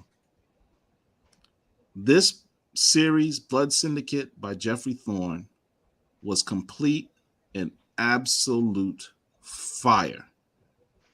Every issue was good. Went out with a bang. Even if you never read the original Milestone run, on its own, the art by Chris Cross, whose art has gotten somehow better in the last 30 years, the writing by Jeffrey Thorne, the character development, that'd probably be my only criticism, is that there's not enough character development because it's only 6 issues. This needs to be like a full-blown ongoing run. They can have all my money. This is the second best of the new Milestone 2.0 books. The first one being Icon and Rocket by Reggie Hudlin and Leon Chills. That's number 1. This is definitely a very close number 2 in terms of quality. This book was tight. Imani asked, where was DMZ? Jeffrey Thorne says, we interviewed Jeffrey Thorne. If check out the interview. He indicated DMZ was one of those characters he just couldn't squeeze into this iteration. He plans to do it in the next volume. So hopefully, if everything's accurate, he's going to have another volume of this run. Highly recommend Blood Syndicate. Get the whole run. And those are my reads of the week. All right. So I read a lot of books this week. My first book is probably my favorite book this week. I Am Batman issue. Yes, sir. 15. Oh my God, that was great. Very, very, very good issue. Has Sinestro in it. It's interesting in that, there's a mind game going on with Batman. He's he's losing his mind literally. He tries to kill himself at some point. And all of this is due to the stuff going on in Dark Crisis. And so one of the things I liked about this book was he's being confronted by the officer who basically tells him, like, look, all you do is run. You ran from Gotham. You ran when Superman needed you, that kind of thing. And so he's developing a conscience. And so without giving the story away, he finds himself on his way back to the Hall of Justice to try to help out with what's going on in Dark Crisis. Now, I have not kept up with Dark Crisis. I think I bought the first issue. but it didn't draw me in enough for me to continue reading it, because I just find other stuff to occupy my reading around. And DC's got some good stuff. You can't say that there's nothing to read, especially when it comes to DC. So, but just suffice to say, if you're not reading Jeffrey Thorne's I Am Batman, John Ridley. you're missing John Ridley. I'm sorry, John Ridley's Batman. You're missing a treat. And one of the things I loved about this is that Sinestro actually calls him fake Batman. They actually say, you know what, fanboys, we are going to just throw this all out there. Since this is what y'all thinking, we're going to get Sinestro to say it for you. And so, isn't it amazing that John Ridley can listen to the fans and address their concerns in that book, but not in Black Panther? Well, nobody's perfect, Paul. It's proof positive John Ridley can write, right? That book is excellent. I Am Batman is excellent. Yeah, he's definitely a dope writer for sure. I can't be mad at it. My next was, of course, Black Panther Unconquered. Very good story. I won't go as far as to say it's better than the one shot that we got that Jeffrey Thorne wrote. It's not. But that was it was a very nice treat to see T'Challa in a different in light of what he's going through now. I do think this so diplomatic way you just phrased that. Hey, somebody has to be diplomatic around. Today I'm diplomatic. Catch me tomorrow, might be something different. So it's nice also, to see him in a book that's not trash. Yeah. I'm also reading, all the stuff that's in Spawn universe. So Spawn 335 with my favorite Al Simmons horror comic guy. I'm enjoying that as well. The whole Spawn universe is pretty incredible and stuff. And so, for those of you that may or may not know, there's a story going on where Spawn has locked the dead zones, and so basically there are demons and angels that are trapped in the earth and can't get out, and all of them are trying to get at Al Simmons to be able to get back home. It's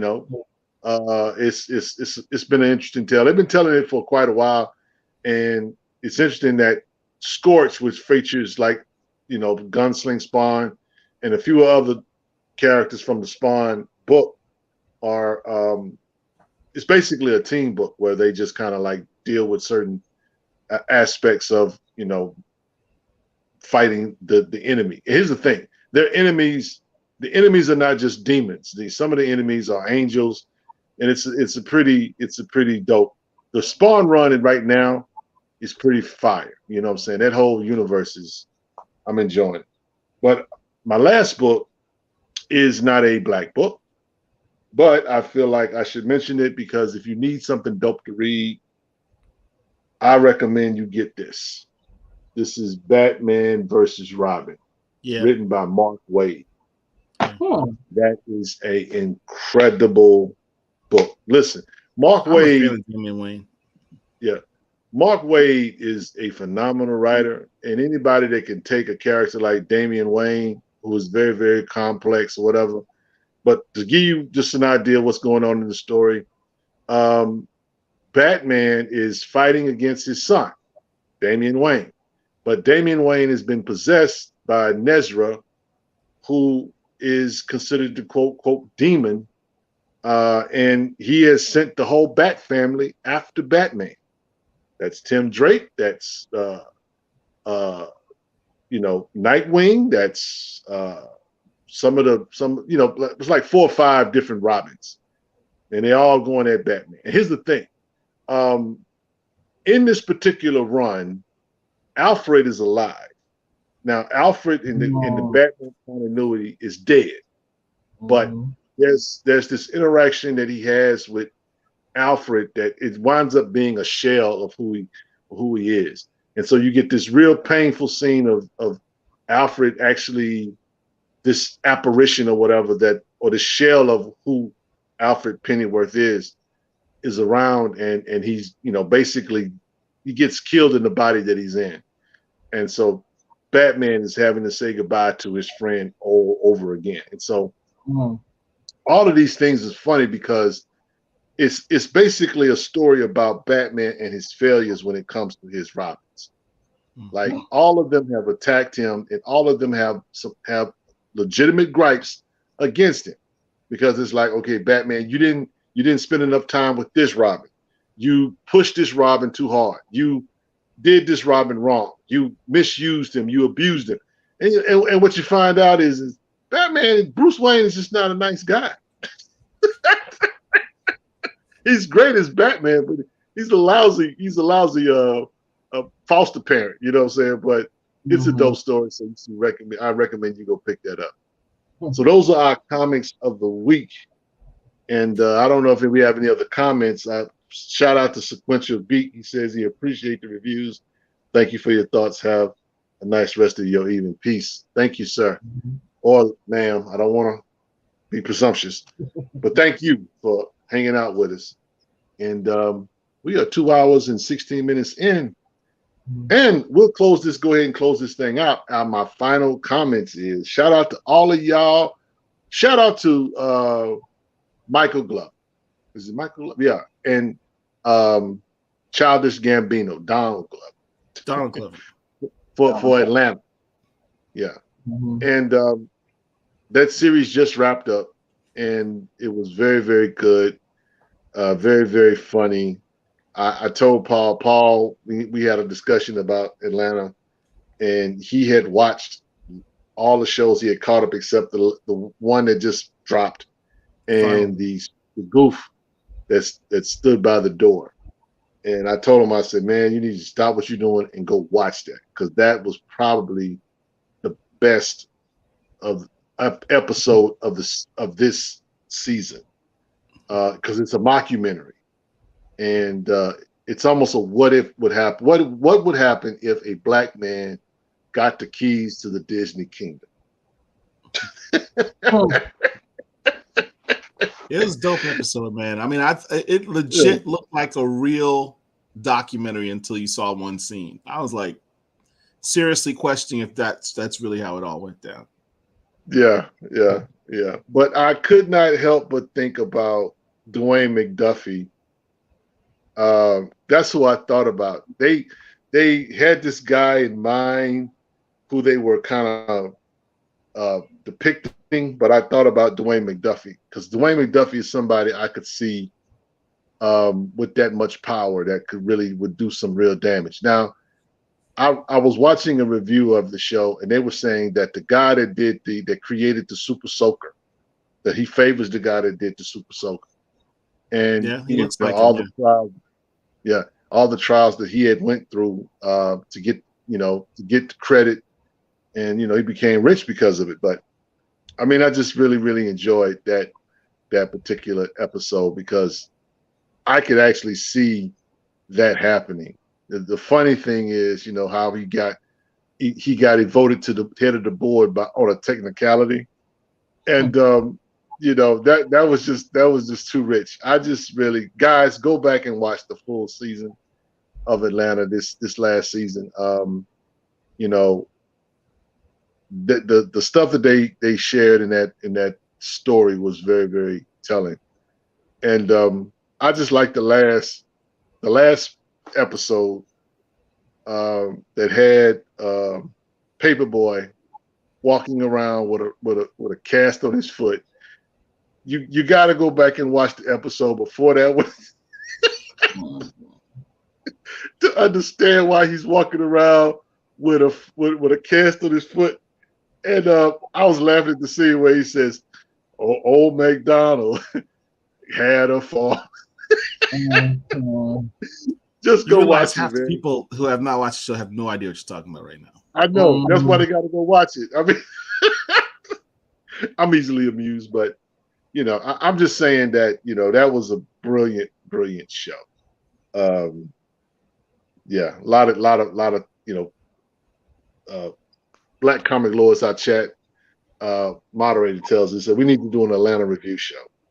Maybe that'll happen. You know what I'm saying? Go back season 1.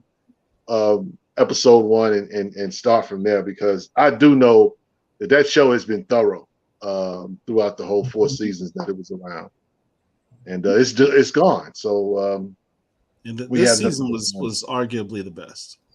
Yes, absolutely.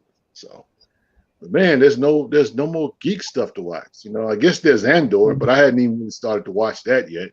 Andor's a fantastic show. Have you guys watched what is it, Tales of the Jedi? Anybody watching that? I haven't watched that yet. Okay. Yeah, that's a new show I think that's out. I know that Yellowstone started tonight. Wait, what? Yellowstone's back. Yellowstone is it Yellowstone or the prequel? prequel show? No, Yellowstone. Well, why am I Kevin sitting here Costner. talking to you if Yellowstone's on? You wanted to complain about Wakanda, so Oh, that's right. That's right. I had my priorities straight. that's you kind of had an agenda in place. But yeah, I had grievances to air. Yeah. But yeah, Yellowstone season premieres dropped tonight. It's a 2-hour episode, so yeah, I get some time. Go. If you don't have it, I'm sorry. Sign up for what is it? What show is it on? What streaming service? Can't remember. Anyway, Paramount? Isn't it Paramount? Paramount. Sign up for that, and you'll be able to watch that. Yellowstone is a great show. If you like power, it's power with cowboys. I'll say it like yeah. Anyway, yeah. So, but there, hopefully we'll get some new shows come out or whatever. When we just wrapped up, House of the Dragon just wrapped up. What is it? Rings of Power. That won't be back for 2 years. So, not that I'm mad at it. It can stay gone. The House of the Dragon's wait is going to be a painful one. Yeah, House of Dragon wait going to be kind of painful. Oh, Tamiko.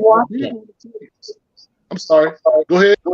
I said I'll just rewatch it because I loved House of the Dragon. Yeah. Well, you do know they are doing a sideshow with the Valerians. Mm-hmm. They're putting that into production. They're putting that into production. I'm gonna get my white wig. I'll be right there. H&H says check out the Peripheral. Okay. Yeah, they got some new shows. Black people who live on the sea and other fantastic fantasy things. Yeah.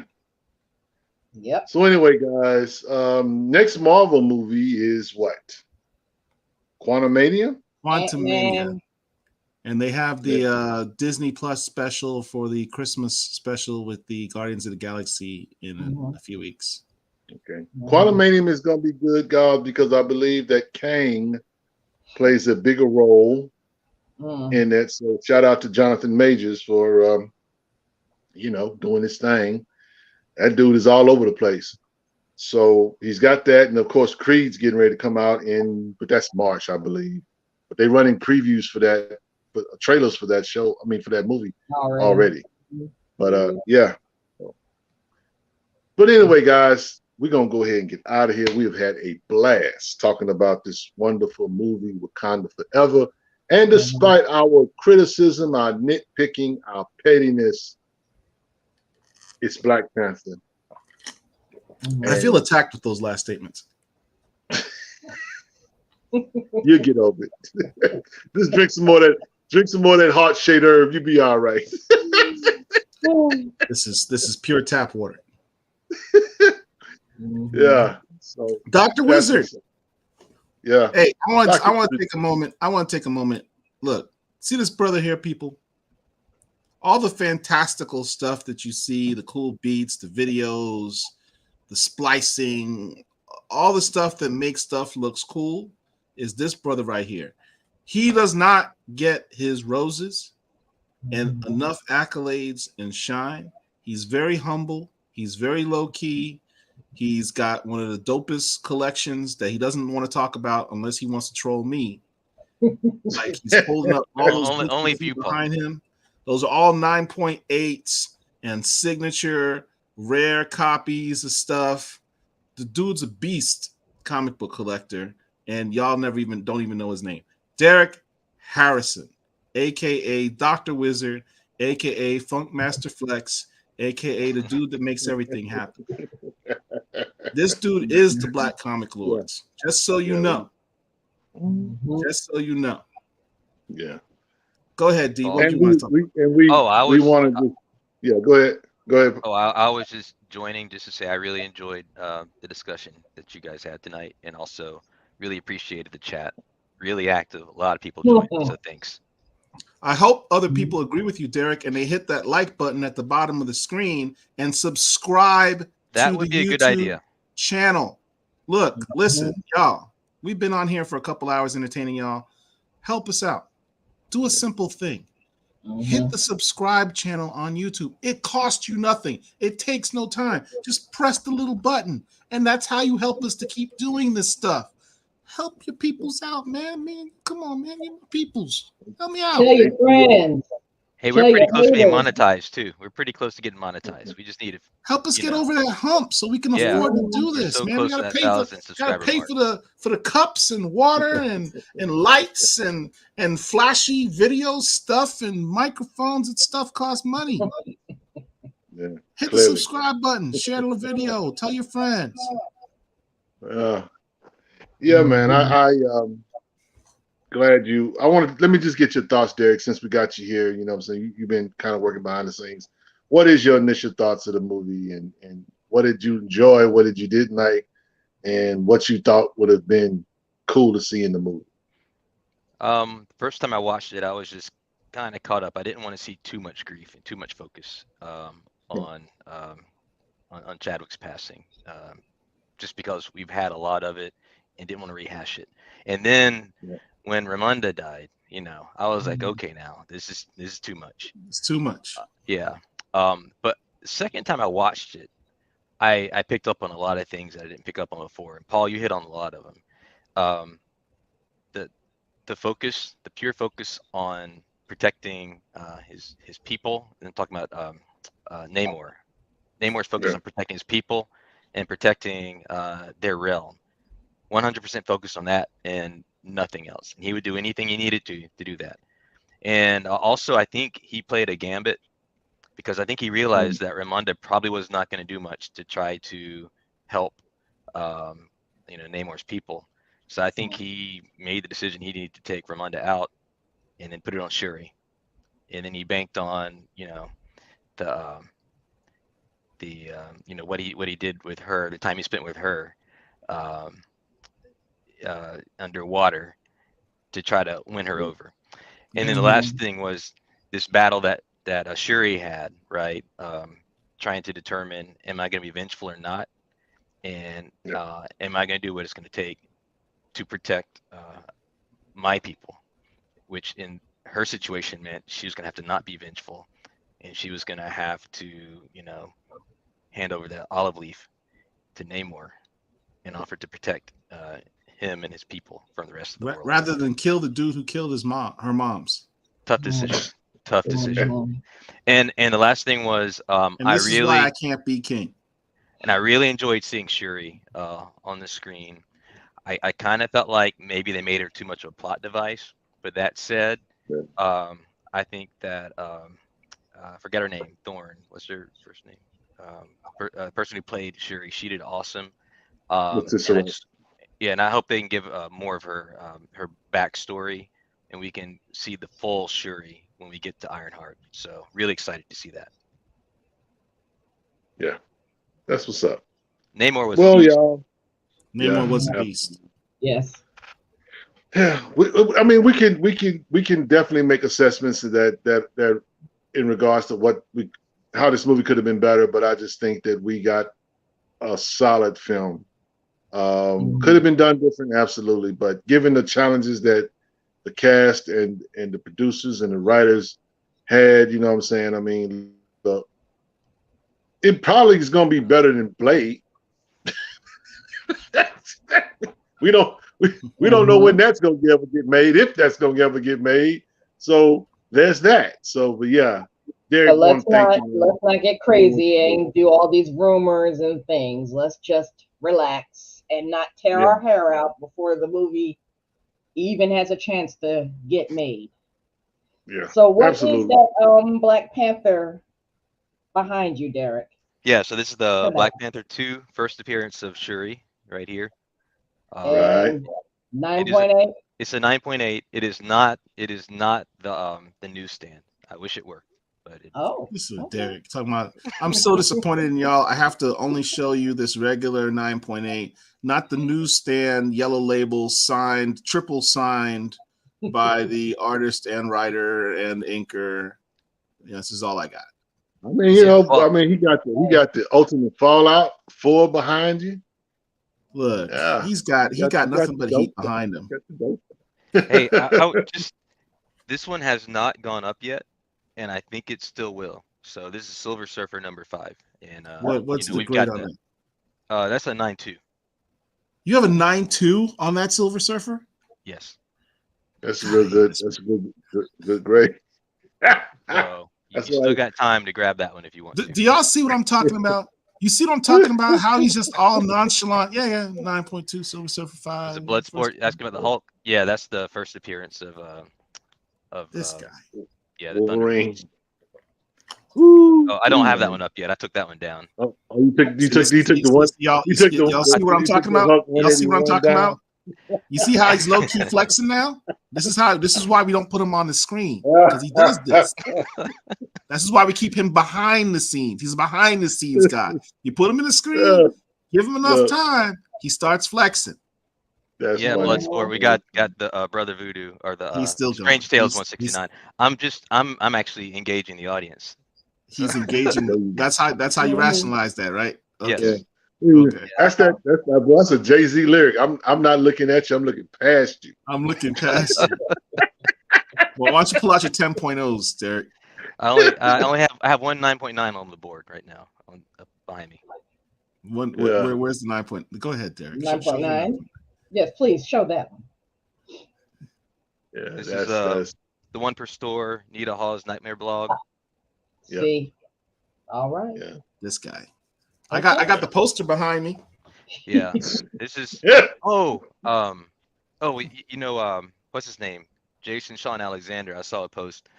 Shout out to him. His family all has COVID, I think, so he's been dealing with that. But yeah, so keep him in your thoughts. He's got a lot of young kids that have COVID right now. Yeah, that artist is. Whew. Yeah, he's doing some serious work. That man is on a whole nother level. Yeah, he is. I mean, shout out to the Nita Hawes Nightmare blog story arc that they're doing now. I'm warming up to it. I don't think it's better than the first one, but it's still a solid run that he's doing. And so shout out to Rodney Barnes for as my post is a 9.9. Sure, it's a 9.9 in my own heart. That's funny. That's funny. You know what, y'all? We got to get out of here. Derek, we appreciate you, bro, for joining us right here at the end. But we're gonna go ahead and wrap this thing up. Wakanda Forever. We love you guys. There's nothing you can do about it. Next week we are going to be we're continuing our Black Panther discussion. We'll have some special guests, hopefully, and a few surprises. Maybe some giveaways. We're not sure. But come back next Sunday, 8 p.m. Central Standard Time, and we'll get into this thing a little bit deeper with some other fans or whatever. And Paul won't be on that hill by himself, but I also know that there are going to be people on the other side that have glowing things to say about this film. So, like in the words of Issa Rae, I'm voting for everybody. I'm pulling for everybody black. So, with that being said, we going to get out of here. We love you. There's nothing you can do about it. From the Queen Tamiko, the Chief Dundada Paul, the Wizard, Derek, it's your boy Rich. Until next week, we love you. Peace. Wakanda Forever. We out. Take care of yourselves. Yes.